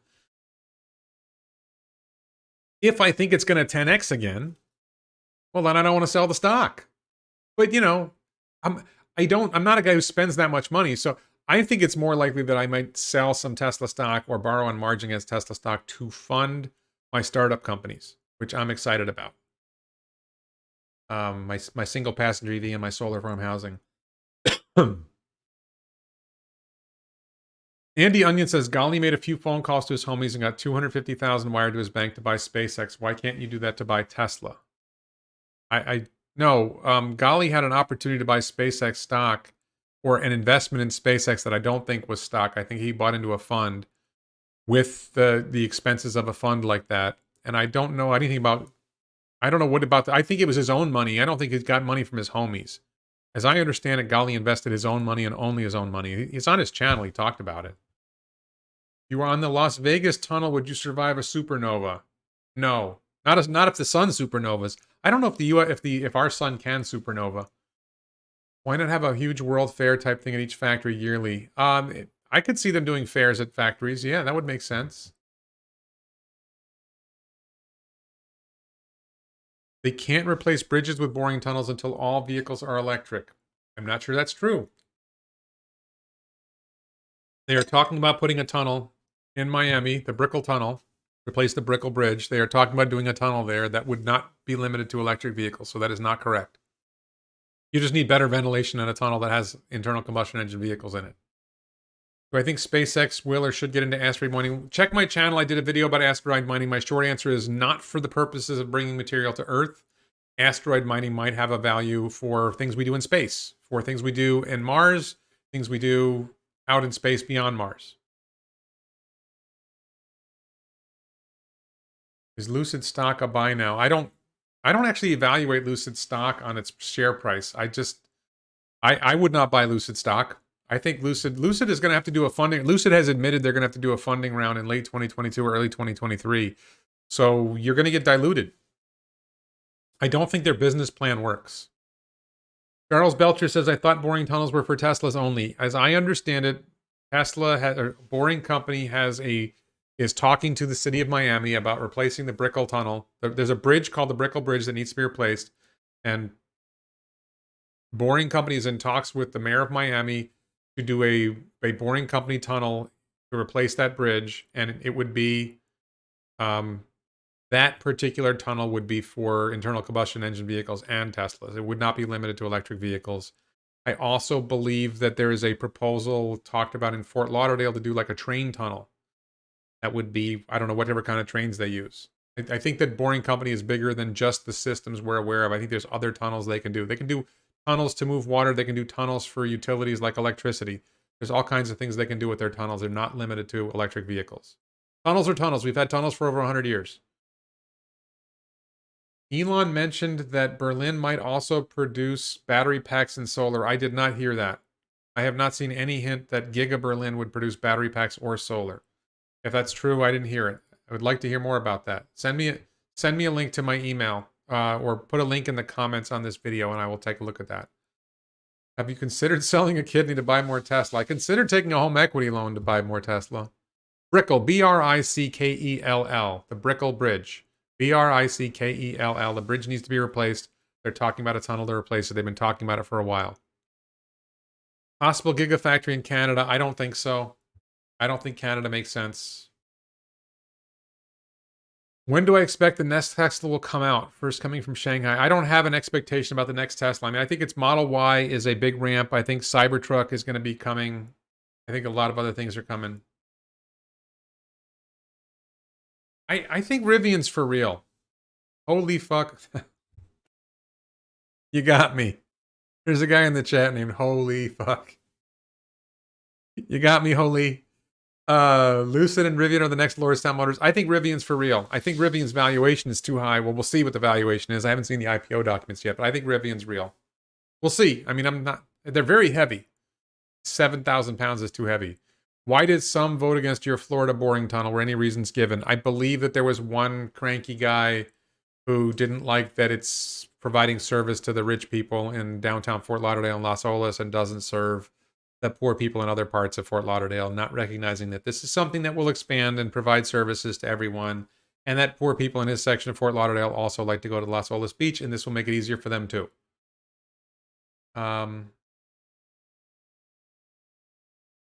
Our sun will red giant in about 600 million years. I'll take your word for it. Do I think BYD's Blade battery is on a par with the Tesla 4680, inferior or superior, and why? As I understand it, BYD's Blade battery is a lithium iron phosphate battery. It's not a question of superior, inferior. It's different. I think the Blade battery probably will cost less per kilowatt hour to produce, and the 4680 has much higher energy density and will cost more to produce. So 4680 is better for vehicles that need long range. The BYD's Blade battery is more cost effective for uses that don't require long range, like stationary storage, which I don't know if he would use the Blade for that. but let's say vehicles that don't need long range. Ali said he put $250,000 into SpaceX stock and his financial advisor loaned him $200,000 of it at low interest rates to get him to the millionaire class. Oh, he had to get classified as a, what do you call it, qualified investor. Yeah. It's not that, I forget what the term is. Is it a qualified investor? There's some term for being able to invest in something like that. So, yeah, I mean, you can play games to get to that level. I have a huge amount of equity in my house and it doesn't count. So I could take I could take a loan against my house and all of a sudden I would have a greater amount of money from the perspective of trying to become a qualified investor, whatever that term is. Can't think of that term off the top of my head. Do I think China with a large upscale housing market and low cost labor is a good market for Elon's high-end solar roof tiles? No. I don't think China has the right housing market for solar roof. I think China is a great market for solar panels, or solar farms. I'm not sure how effective solar panels will be in the China housing market. I don't know enough about China to really answer that question. That's like, I would love to visit China and find out more. But, you know, even if I visited China, it's a huge country. How much am I going to see on a trip? Is it likely that Amazon would eventually buy Rivian? It's an interesting theory that Amazon would buy Rivian. I'm not sure. I think Rivian can rise and fall on its own, and if Rivian is successful, then Amazon wouldn't. I don't know. I don't know what their gain is for Amazon to buy Rivian, actually, except for maybe to take in-house the production of the vans. Maybe they would buy the van part of it. Will Tesla use James Stevenson's explanation of the loss credit in the Q3 financials? No, because that was for Q4. The James Stevenson's explanation of the loss credit was for the Q4 financials, not the Q3 financials. How do I think Tesla can differentiate Model X better from Model Y? I don't think they need to. I think Model X is well differentiated for the market that it's intended for. Model Y is a more utilitarian vehicle for people who don't have as much money. Model X is an exclusive vehicle for people who have way too much money. So I don't think there's any need to differentiate them. I think they're just different vehicles. And if you're aware of the differences and you like Model X better, you buy it if you can afford it. I personally think Model Y is overall a better car, as particularly in terms of value for money that you pay. But Model X is pretty cool. How about Apple cars? Let me know when Apple gets autocorrect working, and then we can talk about them making cars. Their autocorrect is so bad, it's such a joke. Will Tesla ever come out with a line of lawn care and small motor equipment, much like Honda Motors? I think that they're already, one of the things that Elon likes to do is he likes to innovate in an area where that's been stagnant. I think we've seen a lot of electric lawn equipment already. I don't know that Tesla's innovations in lawn equipment would be that much better than what's already out there. I don't think that there's that much gain for Tesla to go into that space.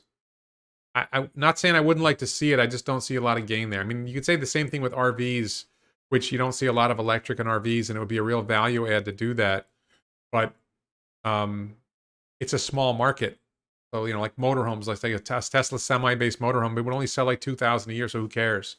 1, 2, 3, 4, 5, 6 asks today's t-shirt. Today's t-shirt is Innovate with Extreme Urgency. Go to elonbits.com to check out the t-shirt. Look at the top of the chat for the stainless steel water bottle. And a quick pitch for, I don't talk about politics on this channel hardly at all. I try to avoid it, but I have a channel on a website called Locals. There's a link in the description below to warrenredlich.locals.com. If you want to hear what I think about politics, particularly I've been talking a lot about propaganda, about how I think the government and media lie to us about various things. And I just did a video where I talked about, and some of the videos are public, some of the videos are available only to people who pay to support me on that channel. I just did a video that I kept private, but I also made it available to YouTube channel members at the exclusive content level or Patreon supporters. So if you are a Patreon supporter or you're on the YouTube channel at the exclusive content level above, you can see that video. Please follow me on, it's called The Daily Lie. Follow me on The Daily Lie at warrenredlich.locals.com. Link in the description below. I don't think I YouTube with extreme urgency, Andy. I think I YouTube with a strong sense of patience and motivate. I get motivated. I get excited about something. I really want to get to my startup companies, and when I dive into my startup companies, then that's probably going to hurt the channel. But for now, the startups are not. The startups are like early stage, and as long as I think I'm going to be able to develop the startups. I don't think that time urgency is there with the startups. Although one of them, I'm getting more and more excited about solar farm housing. So we'll see. Bezos is acting very strange with cowboy hat. Do I think he's going? I do not think that Jeff Bezos is going senile. I still own a substantial amount of Amazon stock. I think it's great. Tesla HVAC win, Ape Nation asks. That could be one of the products that Elon was talking about in Giga Berlin when he talked to me. Put this up again. What are you planning in future for your location here in Grünheide and for Tesla as a whole? Well, our overarching goal is to try to replace 1% of the global fleet of vehicles per year. So there's about 2 billion cars and trucks in the world. So we want to try to get to 20 million per year to replace 1% per year. Yeah, I think there's a lot of interesting car models coming out in the future. The Tesla product roadmap is, I think, extremely compelling. Yeah, so, but we don't want to talk too much about future products. So he talked about future products twice. Once he just talked about it once in response to a question, I think, and he says future vehicles, and then he says future products. Well, what would a future product be? Well, Tesla HVAC would be a good future product. It seems like the engineering requirements for Tesla to sell a home or commercial, an HVAC, heating, ventilation, air conditioning system for homes and maybe commercial businesses based on the heat pump HVAC that they have in the Model Y. It seems like when I hear them talk about it, that's not a huge challenge for them to make that work. So it might be that that's coming soon. It's just a question of scaling up production of the HVAC. The problem is that they got to scale up the HVAC production for all the vehicles they're making. So can they scale the HVAC production faster than their vehicle production? I don't know the answer to that question. I think that's the challenge, but it seems like they could do that.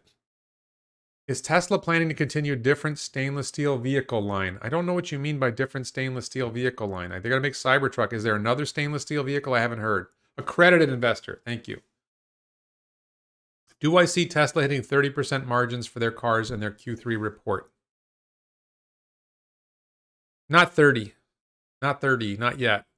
I don't want to say it's impossible, but I don't think they're hitting 30% margins on their cars yet. And there's also, do you mean gross margin, net margin, whatever? But even on gross margin, I think 27, 28% maybe. That might be optimistic. Quezi says the Blade batteries occupy less space than Tesla's cylindrical cells, so it's possible to cram more kilowatt hours in a pack. I don't think that's true. I don't think that's an accurate description of I think the Blade battery's advantage. I don't think it's about, this is company BYD. I don't think BYD's batteries are big on kilowatt hours on energy density. What they're big on, the Blade battery offers a level of safety because it keeps the batteries further apart from each other. Taylor Rogan knows more about that. I do think an LFP 4680 might be coming. How likely do I think Tesla will be number one in terms of market cap and when? Holy, thank you, Holy, for your, I'm not going to say your full name again. I think Tesla will be number one in terms of market cap in the next few years. I think it should be number one in terms of market cap already, but Wall Street is behind on that. Philip Mazie says, will Tesla open up an online store like Amazon? Tesla already has an online store. They just don't sell a lot of products. I don't think that's a space that Elon wants to go into, so I don't think they're likely to do like a large online store. It doesn't make sense.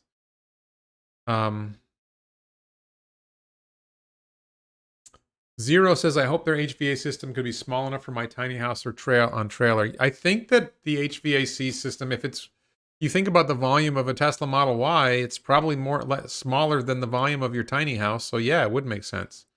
Do I expect Tesla stock to split at $1,000? I do not talk about stock splits. I don't have an opinion. I don't really care. I don't care about stock splits. I don't care about dividends. I don't know why other people care about stock splits and dividends. Buy some stock, hold it, and don't worry about it. Elon says they won't be building any more factories till 2023 or 2024. Does that change your prediction on how many cars they will build by 2026? No. First of all, I don't think that's exactly what he said. I did not expect any new factories until 2023 anyway. And it doesn't change my prediction on how many cars they will build by 2026. I think if they build a battery day vehicle factories in 2023 and 2024, they will be fully ramped in 2025, and they will have lots of vehicles in 2026. When will the Chinese EV companies start exporting to the United States? That's a good question. I don't know the answer to that question. I haven't seen that the Chinese EV companies, I think the problem for the Chinese companies is their market is so big in China that why would they bother selling cars in the US? They're doing fine in their own market. They got to scale up production enough to get to the point that they need to sell somewhere else. Which EV company do I think is the biggest competitor to Tesla, NIO or Rivian? Well, clearly not Rivian. Rivian is a very small company with a very niche product. NIO Motors has a lot more potential. BYD has a lot more potential.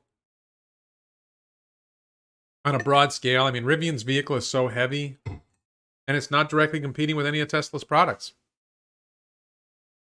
I mean, NIO is selling cars in the same market as Tesla, and they're selling similar cars to what Tesla's trying to sell in China. So they're a bigger competitor, and they've sold 100,000 cars. More than 100,000 now. What could Tesla do to further increase its competitive advantage and network effect that it's not doing now that it should?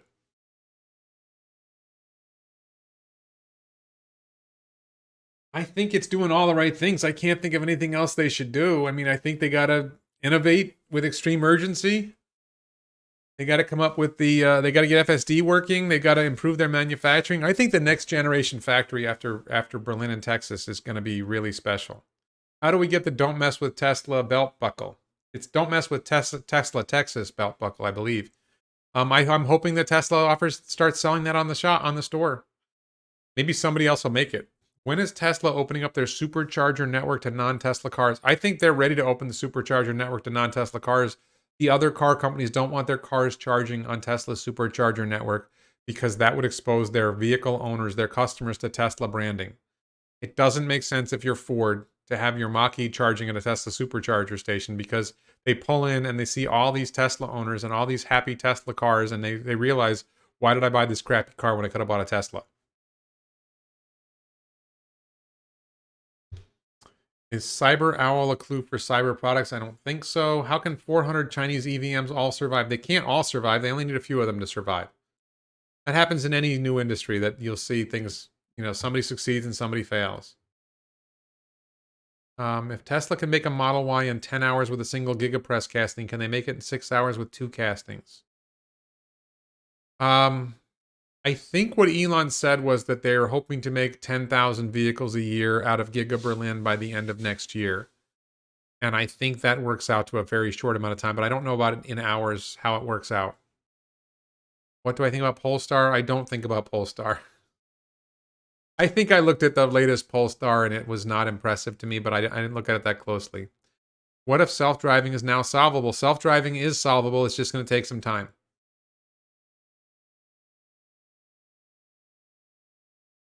Yeah, and Javad says this. You're right, Warren. We love Lucid as much as we love Tesla. Both companies are targeting different audience, yes, and we shouldn't compare them together all the time. I do not compare Lucid to Tesla. I look at Lucid on its own and say, why aren't you telling us the truth about what you're doing? Why aren't you telling us how big your battery pack is? Why does what you say about your battery pack differ from what's reported, what you filed with the EPA? Why aren't you coming clean with your curb weight? Why are you keep saying your vehicle's ready for production and then say that you're still working on the front suspension? Just be honest. I mean, I'm looking at Lucid on its own. I don't need to look at them in comparison with Tesla. They're not if Lucid fulfills their plans and they do everything they say in their next 4 years, they're going to be selling vehicles at a $100,000 average selling price when Tesla's going to be selling vehicles at under they're already selling at under a $50,000 average selling price. They're competing in different markets. I agree with that. I don't know if BYD is clearly competition number one. I think NIO Motors is a good sign. I don't know how many EVs, consumer passenger car EVs, BYD makes. They make EV buses, which is great. Keep doing it. Starship orbital launch and Giga Texas party might be during the same week. Sounds like Warren might be down in Texas then. I don't think I think the Giga Texas party will happen before Starship orbital launch, and I think significantly before. I think we're going to see a Giga Texas party next month and Starship orbital launch at best late December. So I don't think they'll conflict, and I'll come to both. I will come to both. Absolutely. Should Tesla sell its manufacturing technology?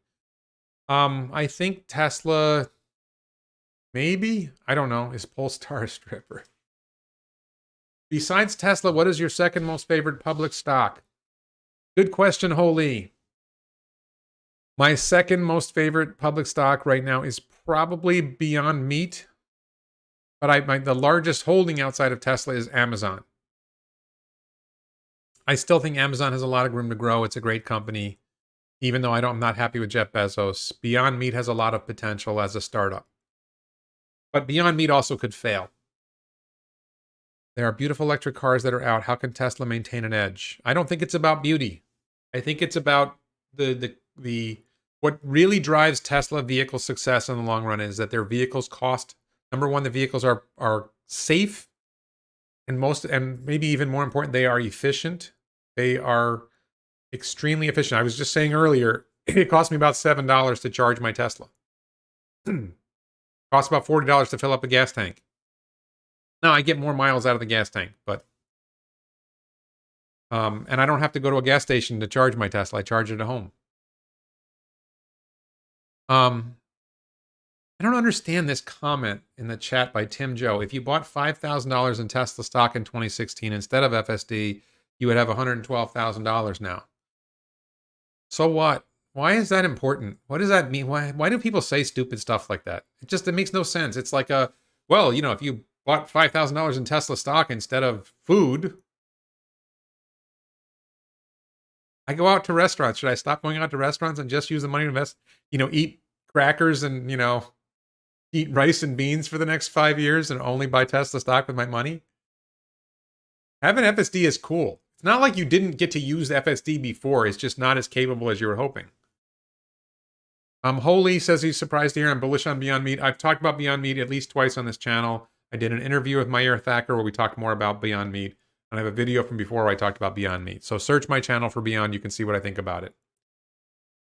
Is there any restriction on Giga Austin starting production like Berlin must wait for approvals? I don't think so. I don't think the Texas governments are giving Tesla any problems in Texas. It looks really good. If you read the book Liftoff, you can see that Elon has a lot of experience doing stuff in Texas with SpaceX as well. And Texas has been very friendly to Elon's companies. Where are the aliens? I think Elon's the alien. I don't know. Where are the simulators? Who's running the simulation? Ape Nation, that last comment was inappropriate. Please don't do that. Will I show my portfolio? No, I will not show my portfolio, but thanks for asking. I have some Coca-Cola, I have some McDonald's, I have very small investments. I have some mutual funds. My IRA is about 85 or maybe now more than 85% Tesla. I manage some other family accounts that are 50% Tesla. When do I think Texas will start production? I think Texas will start production later this month or early next month. I think they will start deliveries in November or December. Do I think we will see a cheaper Model Y out of Berlin with new manufacturing improvements plus no shipping? I think eventually we will see a cheaper Model Y out of Berlin, but the early Model Ys coming out of Berlin and Texas will be high-end models because the demand is so high, it makes sense to sell them first. Hop Ramen. How's the dog? The doghouse is dead. I gave up on the doghouse. What do I think of Tattooed Chef? I don't think Tattooed Chef is plant-based meat. Tattooed Chef is like vegetable burgers or something. I don't know that much about it, but it's not the same space. They're not trying to compete with meat in the same way. Beyond Meat is trying to make something that is so much like meat that you can't really tell the difference, except it's better for you and costs less to produce in the long run. Jim Whitehead talks about Texas allowing Tesla direct sales. It is not difficult for people in Texas to buy a Tesla. There is some extra hurdle. It's not a big deal. Sue McLean, who watches this channel and I'm friends with on Twitter, Sue McLean bought a Model S long range. It was not a difficult thing to do. Am I getting rid of my Passat? My daughter has my Passat. In the long run, if I buy a new Tesla, my daughter will get the Model 3 and we will get rid of the Passat then. Do I think Tesla will create a race division? No. $25,000 Tesla being unveiled next year? I don't think so. I don't think so. I think they're gonna. I think the $25,000 vehicle is more about. I think the $25,000 vehicle is more about the platform and the factory than it is about the vehicle itself. Will humans, Tesla bot, or both be first to Mars? I think that that's a close call, Alan. I think that I don't think Tesla bot will be ready to go to Mars on its own. So if Tesla bot goes to Mars, it will go to Mars with humans. That's my gut guess. I think we're a ways off from Tesla bot being ready to go to Mars on its own. And I think humans go to Mars potentially in 2026 or 2029. If it's 2020, if humans don't go in 2026, bots probably don't go either. If humans don't go till 2029, then bots come with them.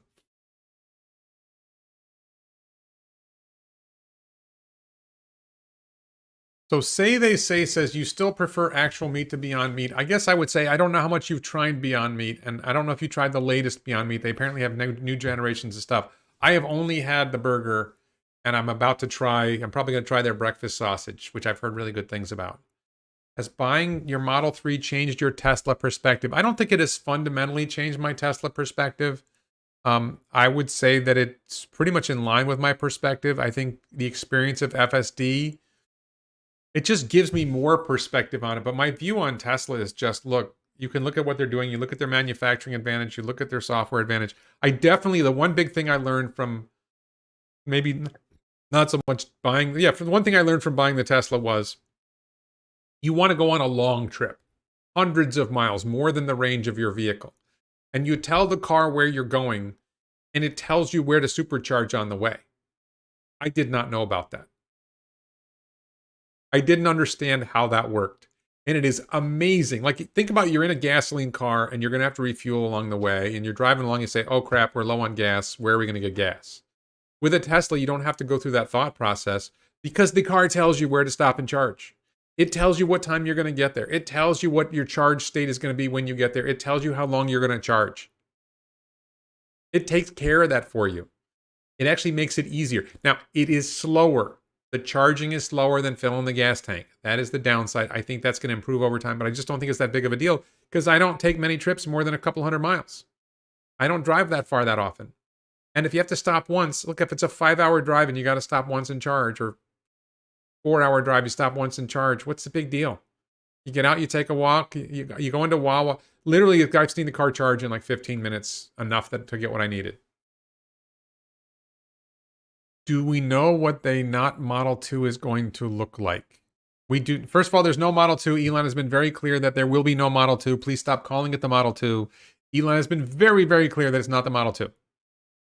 I believe that the next generation, or the battery day vehicle, will be multiple vehicles, not just one vehicle. Why did I quit law practice? Great question. Thank you. That's a little off topic, but I like the question. So I haven't completely quit. I have a meeting with a client this week to talk about his DUI case. I have one other criminal case pending. I am quitting. I am resigning. I've left New York, or tried to leave New York, and they wouldn't let me quit. That's a weird story. And I am planning to retire from the Florida bar in January. I had been an attorney since 1995. And I moved to Florida in 2011, and my law practice never took off in Florida. Did okay, made a little bit of money, but it never really took off. And in 2019, and I tried being a realtor, and I tried a couple other things, and in 2019, I started making these videos, and the videos started doing well. And now I'm making, honestly, more money than I was making as a lawyer. I wasn't a very successful lawyer, keep in mind, but I'm making a pretty good living as a YouTuber by the standards of most people. And I made a lot more money on Tesla stock than I made on YouTube, just to be clear, but I'm making money as a YouTuber and I'm doing pretty well. I make more than $50,000 a year and less than $100,000 a year as a YouTuber. And I think it's growing, and I may end up making more than $100,000 a year as a YouTuber. I think $80,000 a year is actually, I may be making $80,000 a year. It sort of fluctuates on the month and everything. This is right now looking like a good month. So why would I waste time being a lawyer? And I don't like it.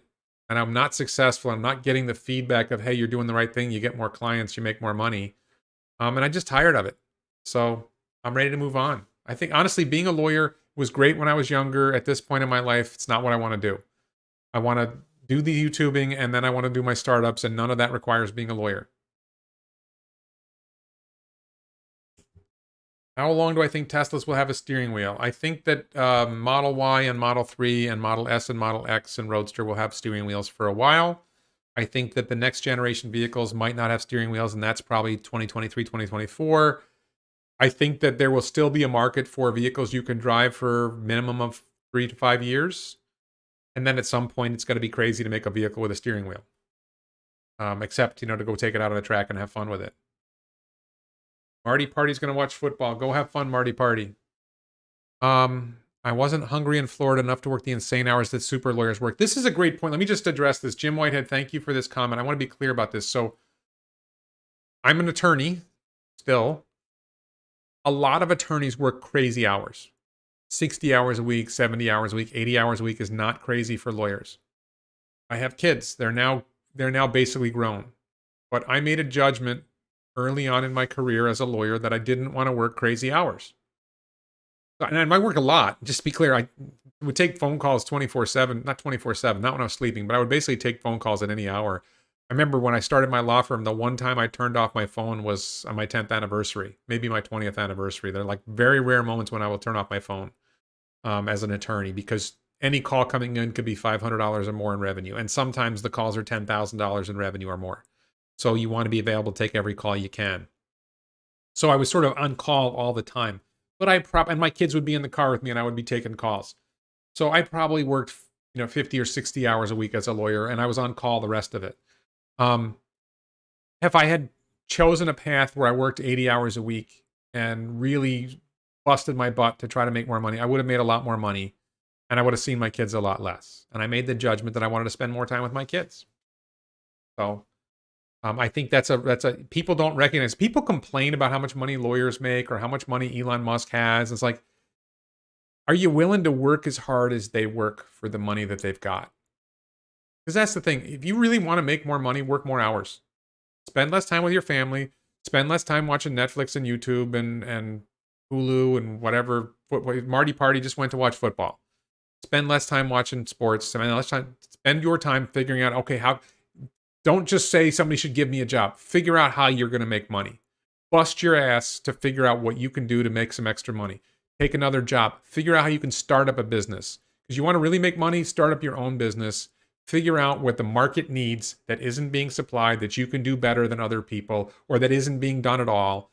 And bust your ass and risk your own money investing in that pursuit. And if you put 80 hours a week into that, you will become successful. You will make money.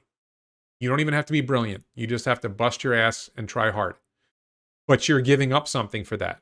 And the 80-hour-a-week lawyers who make $1 million a year, well, they're working 80 hours a week and they have shitty home lives, right? They don't get to see their family as much as you and I get to see our families. And the entrepreneurs, the guy who started Beyond Meat, Elon Musk, whatever, they're working insane hours trying to make their business successful, and they don't get to spend the same amount of time with their family. They don't look. December, I'm going to go to a football game with a couple of friends from friends of mine from my hometown. We're getting together for a football game. I'm taking like 2 or 3 days off. You can't do that if you're working 80 hours. You don't get to take 2 to 3 days off to go watch a football game with your old high school buddies if you're working 80 hours a week trying to bust your hump, trying to make millions of dollars. You got a choice to make. And complaining that some guy who busted his hump working 80 hours a week to make that money, what are you talking about? The guy worked his ass off for it. He earned it. So if you want the money, bust your ass and make the money. Do it. Don't whine about it. Do it. Put your time, put your effort, and save money. Don't spend money. Don't go to Starbucks and spend $5 on a coffee. Buy coffee, make coffee in your coffee machine for 25 cents. Okay? Make your own coffee. Don't, save every penny you can so you can build up a pile so you can invest it in your startup business. Okay? And then your first startup business fails, and then you do another one. Okay, and you just keep committing to that. Or you buy residential real estate that you can rent out. And I've seen stories of people who just bought one property and they bought another property and ended up managing 10 properties. Learn how to manage real estate. There's a lot of different ways you can make money and you can become successful. But it isn't by sitting on the couch watching TV. It isn't by whining about somebody else who's working his ass off to make money. If you want to get there, you can get there. Like, I made pretty good money, right? But I didn't make nearly as much money as people think I have. And I invested in Tesla at the right time, and that was lucky, honestly. I mean, it was partly smart, but it was partly luck. And fortunately, I had made enough money that I had enough money saved up that I could invest in Tesla, right? Because I didn't spend all the money. I saved money. I made money and I saved a lot of it. And I have equity in my house because we went to a 15-year mortgage and we had to pay a higher mortgage payment. But now we have a lot of equity in our house. Instead of having a 30-year mortgage, we went to 15 years. You can make financial decisions that will put you in better position in the future. But to expect that tomorrow I want to have as much money as Elon Musk has because I watched something on Netflix is just total crap. You're depending on Bernie Sanders and Robert Reich and AOC and Nancy Pelosi and pick your Republicans that you don't like either to tell you why you should have everything other people have. It's a load of crap. You want it, work your ass off for it. Innovate with extreme urgency, bust your ass, but don't whine about the fact that you don't get to spend time with your family. I'm very lucky that I made the choice and I was able to do this to where I was able to work fairly hard, minimum 60 hours a week plus on call all the time. And I was careful. My wife and I were careful with our money, and we saved money and we were able to invest. And we spent time with our kids. And we did, as far as I'm concerned, we made the right choices for us. You make the right choices for you. If you're pissed because somebody else has more money for you and you're not working your ass off for the money, then stop whining about somebody who works his ass off and has more money. I'm sorry, tough shit. How was that rant?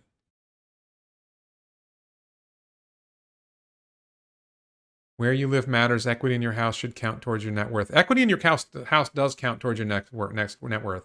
I'm convinced a young single person can live for almost free in America. You can live pretty cheap, but rent is really high. The rent is too damn high. Housing costs are really high. If you choose to live in a place that has low housing costs, then the economic opportunities are less. That is a hurdle, and that is actually a problem that is caused by government. Just talked with... I did a recent interview with Sonderpods about zoning laws make it really hard for, like, I want to build apartment housing with solar built in. And zoning laws look like that's going to make it difficult in Florida. And I may not be able to do it in Florida. I may have to do it in Texas because the zoning laws in Florida are difficult and the zoning laws in Texas are easy. Zoning laws are difficult in a lot of places with high value, with strong economies. New York City, New York State, California, most of the country has restrictive zoning laws that make it hard for someone like me to build something that people can live in cheaply. So, save money and don't buy hot dogs. Interesting. Helps if your parents can send you to a great university. You can go to a state university. Okay, there's a book called Hillbilly Elegy. Read the book Hillbilly Elegy, okay? You don't need your parents to send you to a great university. You can go to a state university. You can go to a community college and then go on to a 4-year degree, and you can do that really cheap. Or if you're poor, if you're really poor, if you're genuinely poor, read Hillbilly Elegy. You can get into a great college and get full scholarship, get a full ride. I went to Rice University. Rice University today, if your family makes less than like $120,000 a year, they give you a full ride, tuition and room and board covered. Harvard's similar, Stanford's similar. A lot of great universities are giving full rides to people if you can get into that great university. So bust your ass in high school, get good grades, get good test scores. You know, it's hard. I mean, I would say it's more important that your parents help you figure out how to study and how to learn in high school and demonstrate your worth to a great university.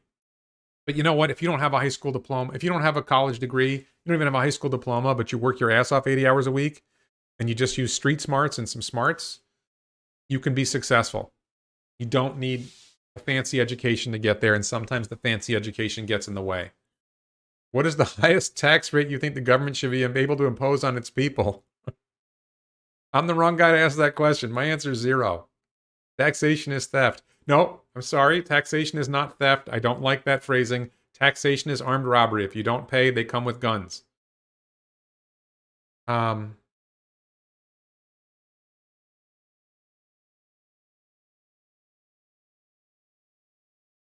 Where is your how to visit Boca Chica video? That is coming, Leonardo. The SpaceX videos are coming. I'm riding through this October 20th is Q3 financials. When Q3 financials are done, then I'm going to do a video about how to visit Starbase. And I'm going to do another video about the Waymo ride and no free rides.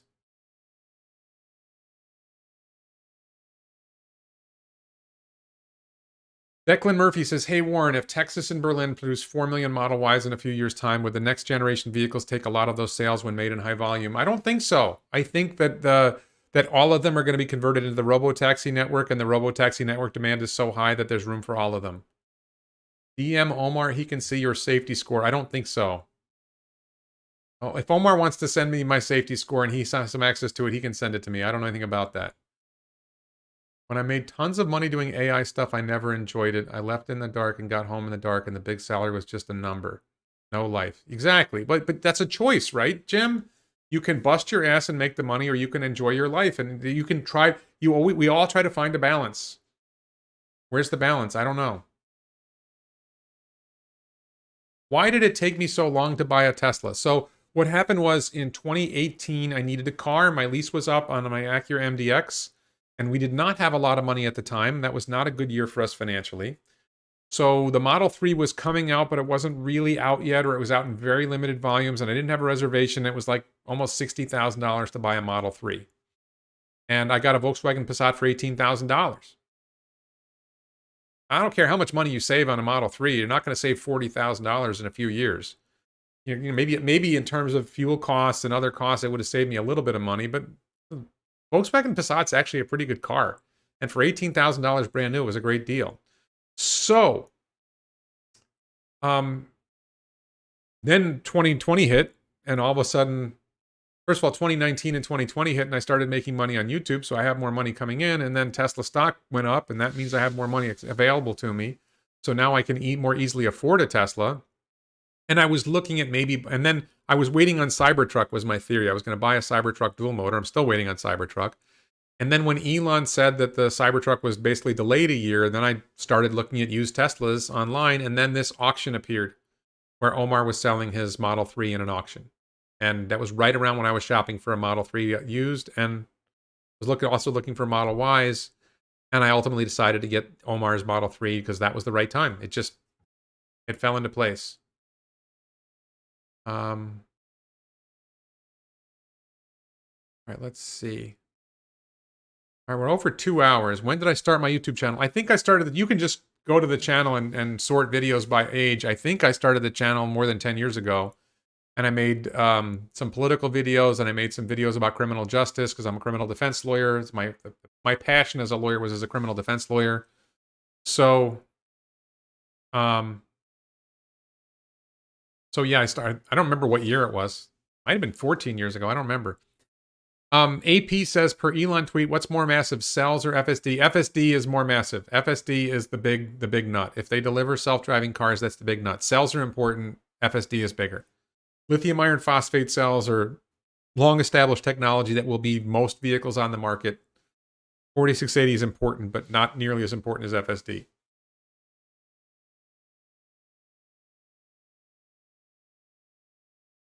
Victor says, it took me over 20 years, no marriage, no kids, to build a net worth well above $5 million. Started from nothing at 38 years old. Made many sacrifices. People stop bitching. Exactly, Victor. You worked your ass off for it. You earned it. You deserve it. I hope that you're happy with that choice. Think about that. Look at what Victor said. He started nothing at 38 years old, and he spent 20 years working really hard to get there. Now he has over $5 million. But are you happy, Victor? You know, this is the challenge, right? Okay, now you've got the money, and you can live comfortably. But are you ultimately happy with that choice? I'm happy with the choices I made about where I am now. Some other people may be unhappy with the choice. I think that Victor's probably happy with the choices he made, but he might have some regrets, and I have some regrets too. You know, I sometimes think I should have worked harder and made more money. Not usually. I'm pretty happy with how everything's gone.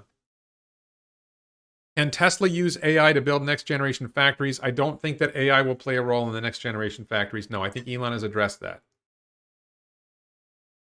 Oh, Lee says, do I think Tesla will go after the Uber rideshare business? Absolutely 100%. Tesla robotaxis will destroy the Uber rideshare business and the Lyft rideshare business. They will absolutely destroy it. What? Here, Wonder Puppy. You guys get a second look at Charlotte the Wonder Puppy. Woohoo!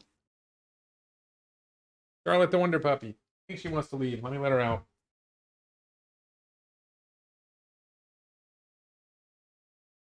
All right. What's my criminal defense case success rate? 100%. I made money on every case. So, I think that's a misguided perception, though. What's your criminal defense case success rate is misunderstands what a criminal defense lawyer does. So, trials are rare. Something like 99+% of cases do not go to trial. So, what we do for our clients, what I did for my clients was, number one, a lot of people who are arrested have mental health problems.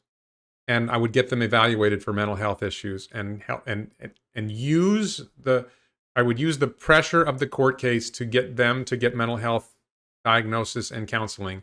And I would use the mental health diagnosis and counseling to persuade the judge and the prosecutor to give my client a better deal. 95+% of what criminal defense lawyers do is try to get their clients good deals. And that's what I did, and I was very successful at that. And most criminal defense lawyers are successful at that because that's what we do. What you want us to do when you're arrested is you want us to resolve the case without having to have a trial, because trials are scary.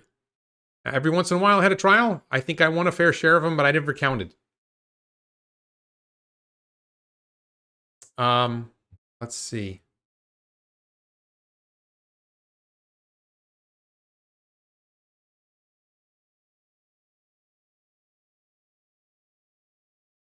I'm just looking for questions here in the chat. I'm getting tired, but I've still got some juice left in me, so I'm going to keep going. Do I think Elon was playing 4D chess when he announced to miners to mine more nickel, but secretly knew LFP was the future? No, I think that the demand for both LFP batteries and nickel-based batteries is so high that he really wants them to mine more nickel. Tesla Semi needs nickel. Cybertruck, especially the tri-motor, needs nickel. I think that there's a lot of potential for nickel to play a big role in future vehicles, including Semi, including Cybertruck. And I don't agree with Elon, but if you want to do vertical takeoff and landing jets with electric, then you're going to need high nickel cells. LFP can't serve certain markets. Do I think 400 Tesla stock make you rich in 5 years? Depends on how you define rich. I can't really answer that question. Do I think Tesla, I think I already answered that. Do I think Tesla moved HQ due to tweet by California legislator? No. I think that the overall hostility of the California government to business in general, including Tesla, is a reason that Tesla moved the headquarters to Texas. I think the other reason is that Texas is very friendly to Tesla and Elon's other businesses. And Elon has 4 businesses now in Texas, and he wants to be at the center of his businesses, and Texas is a better place to be located.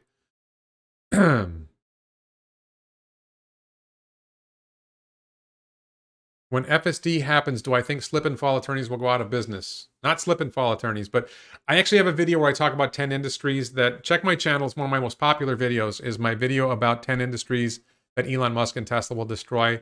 I think that personal injury lawyers, car accident lawyers, and DUI lawyers, and criminal defense lawyers, and many other industries will be decimated by the development of full self-driving cars when they scale. Accidents are going to plummet. Crimes are going to, the most criminal cases start with a traffic stop. More than half of criminal cases are traffic related. Drunk driving, driving with a suspended license. And then another chunk of cases are, and then you have your regular traffic stops. You pulled somebody over for something. And then you have, they pulled somebody for over something and they found drugs in the car. So I think that, the domestic violence cases will remain. There'll be some other criminal cases that will remain, but we're going to see a massive reduction in criminal cases. Massive reduction in criminal work, massive reduction in crime. Good news. And I spent half my money on gambling, alcohol, and wild women. The other half I wasted. Nice line. How many cars will robotaxis? I think every robotaxi replaces a minimum of 5 cars. I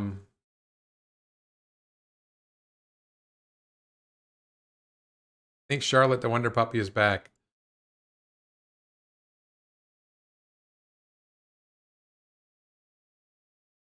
I'm looking at questions here in the chat. Charlotte wants back in. Sorry. The dog is playing a big role in today's... Do I think headquarters will just be inside Giga Texas or another building? Don't know. I think it'll be inside Giga Texas, but I'm not sure. That's a great question. I know that there's a lot of office buildings being built in Austin. I do think it makes sense to be at Giga Texas, but I'm not sure. Giga Texas is not very far outside of downtown Austin. I mean, it's a little bit. It's like 10-minute drive. It's probably a better location to not be in the middle of Austin, but I can't answer that question really. When will Tesla hit $200,000 a share? That's after 2030, I'm pretty sure. I mean, you never know. Tesla bot could drive it up there quicker, but that's a hard one. Save 10% of what you make 10% return on that in 30 years, your income is equal to your salary. I would say try to save more than 10% of what you make if you can. If you want to be wealthy, live cheap. Live cheap. Don't buy a Model 3, buy a 10-year-old Ford, whatever. Don't drive a lot of miles, spend carefully. Like I said, buy your coffee and make coffee at home. You got to make choices in life.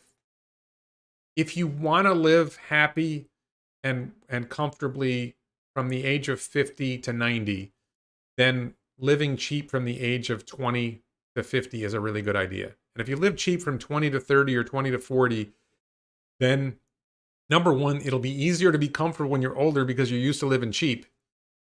And also you'll have saved up enough money and you'll hopefully have invested money wisely and you'll have done the right things and you've worked your ass off that you're ready to really take care of yourself later. Which is where I am now, right? I'm 55 and I'm living reasonably comfortably. Safa says, could I see 900 this week? I do not look at short-term share prices. I literally don't look at the stock price on a daily basis. I probably now look at it on a weekly basis because I keep seeing it on Twitter, but I try not to look at the Tesla share price. It's going to go up, it's going to go down, whatever. It's going to fluctuate, but long term, it's growing. How much profit do I think Tesla will make per car in 2030? That depends on what you mean by per car. If Tesla is running its vehicles as robo-taxis rather than selling them to customers, then they're making a lot of profit. But then it's a question of how many robo-taxis there are. What's the size of the robo-taxi market? I don't think that's a useful measure. Lucas says, being a Tesla fan online, I've noticed there's a lot of hate for Elon Musk out there. Why do you think that is? Bitcoiners hate him, but what other reason really? People are jealous of his success. And there is a political culture, particularly in one party in the United States, of attacking successful people. It is a part of the political culture of the radical left, and it's taken over the mainstream left, of hating people who are successful for their success. I don't know why. I don't understand it. I don't think it sells. I don't think it's good for their own success as a political party, but that's where they are. And it seems to be persuading a lot of people. I see a lot of people like that. It's hard to tell how much of that is online bots and how much of it is real people. And frankly, I don't trust democratic elections anymore. Not sure I ever did. So I don't know whether we're getting the right answers there. How long do I think the big three will last? I think they got 3 to 5 years. I think they've got 2 or 3 years till they collapse at most. And then they'll get bailed out by government and then they'll collapse again.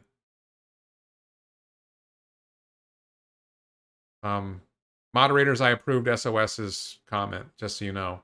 The best thing my wife did was take $10,000, and this is Jim Whitehead, put it all in Tesla 5 years ago on my advice. Then she left it alone and let the bears scare her. Yeah. Do you identify yourself with the guy with the same name, Buffett? No, I do not identify with Warren Buffett. Warren Buffett has a very different approach to investing. I like Warren Buffett generally, but...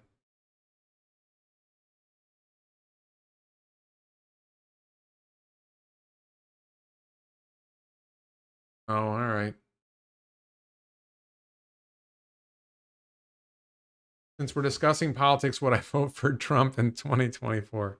I have not voted for a Republican or a Democrat in a presidential election in probably at least 20 years. I will almost certainly vote Libertarian in every presidential election. There is a small chance, that I would vote for Ron DeSantis. I'm very happy with Florida. I live in Florida, and you don't have to agree with me. I'm very happy with Ron DeSantis here in Florida. I know some people aren't happy with him. I'm happy with Ron DeSantis. I probably still wouldn't vote for him for president. I'd probably still vote Libertarian. So, all right. So we've gone 2 hours and 15 minutes or so. I am tired. My back actually hurts. Now let me address this question from Black House Brew. When do I think it will be cheaper to use a ride service like Tesla than own a car for lower income people living around cities? I think that will be in less than 5 years. I think that what people don't realize is that it's expensive for lower income people to own cars. It's actually expensive. Lower income people, it's a much higher share of their income. The cost of owning a car, they often have poor credit, so they pay higher prices for their car loans. They may pay higher prices for car insurance because of poor credit. There's a lot of different issues there. And my vision for a robotaxi, which I think is Elon's vision, is that eventually and Kathy Wood's vision is that eventually a robotaxi ride will be like 25 cents a mile. I think we're a long way from 25 cents a mile, but as soon as it gets below $1 a mile, it's starting to save a lot of people money. When it gets below 70 cents a mile, that's sort of like the threshold point where it really starts to make a big difference. But I think there's a lot of people who are poorer who are paying more per mile than people who are richer. I think that's a myth. Yeah, if you're buying a BMW 7 Series, you're paying more per mile. But there's a lot of wealthy people who drive around in Honda Accords and Toyota Camrys. And like I'm driving around in a Volkswagen Passat until recently. That was a low cost per mile for me. And I have probably better insurance rates, and I don't have financing costs because I just bought the car. So that they get hit with high loan rates and other things. Do I think we're starting the inflection point of Wall Street's view of Tesla? No, we're not there yet, Rob. I don't think we're there yet. I don't think Wall Street sees it yet. I think that if I'm right and Tesla produces, let's say, 1.8 million vehicles next year, and especially when robotaxi hits, I think that's when it's going to happen. Sorry, what's this?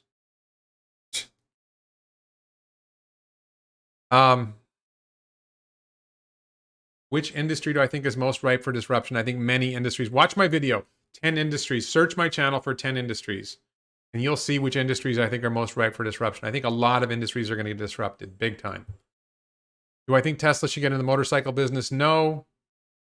In cities, parking can cost more than cars, so regular rideshare is cheaper than ownership. Yep. Send me your water bottle for free, sir. No. Water bottle is available on elonbits.com. It's at the top of the chat. Please buy it. Please check out the t-shirts, Innovate with Extreme Urgency. I think it's time, so I'm going to let it go. Thank you, everyone. Thank you to the Vasa Law Firm in Sweden, all my Patreon supporters. Please support this channel on Patreon. Please check out the Daily Lie on locals.com. Links to all this in the description below. Thank you to the moderators, to Mark, to Jim, to Mark and Jim and Carl. And there's probably somebody else I should thank, but thanks everyone.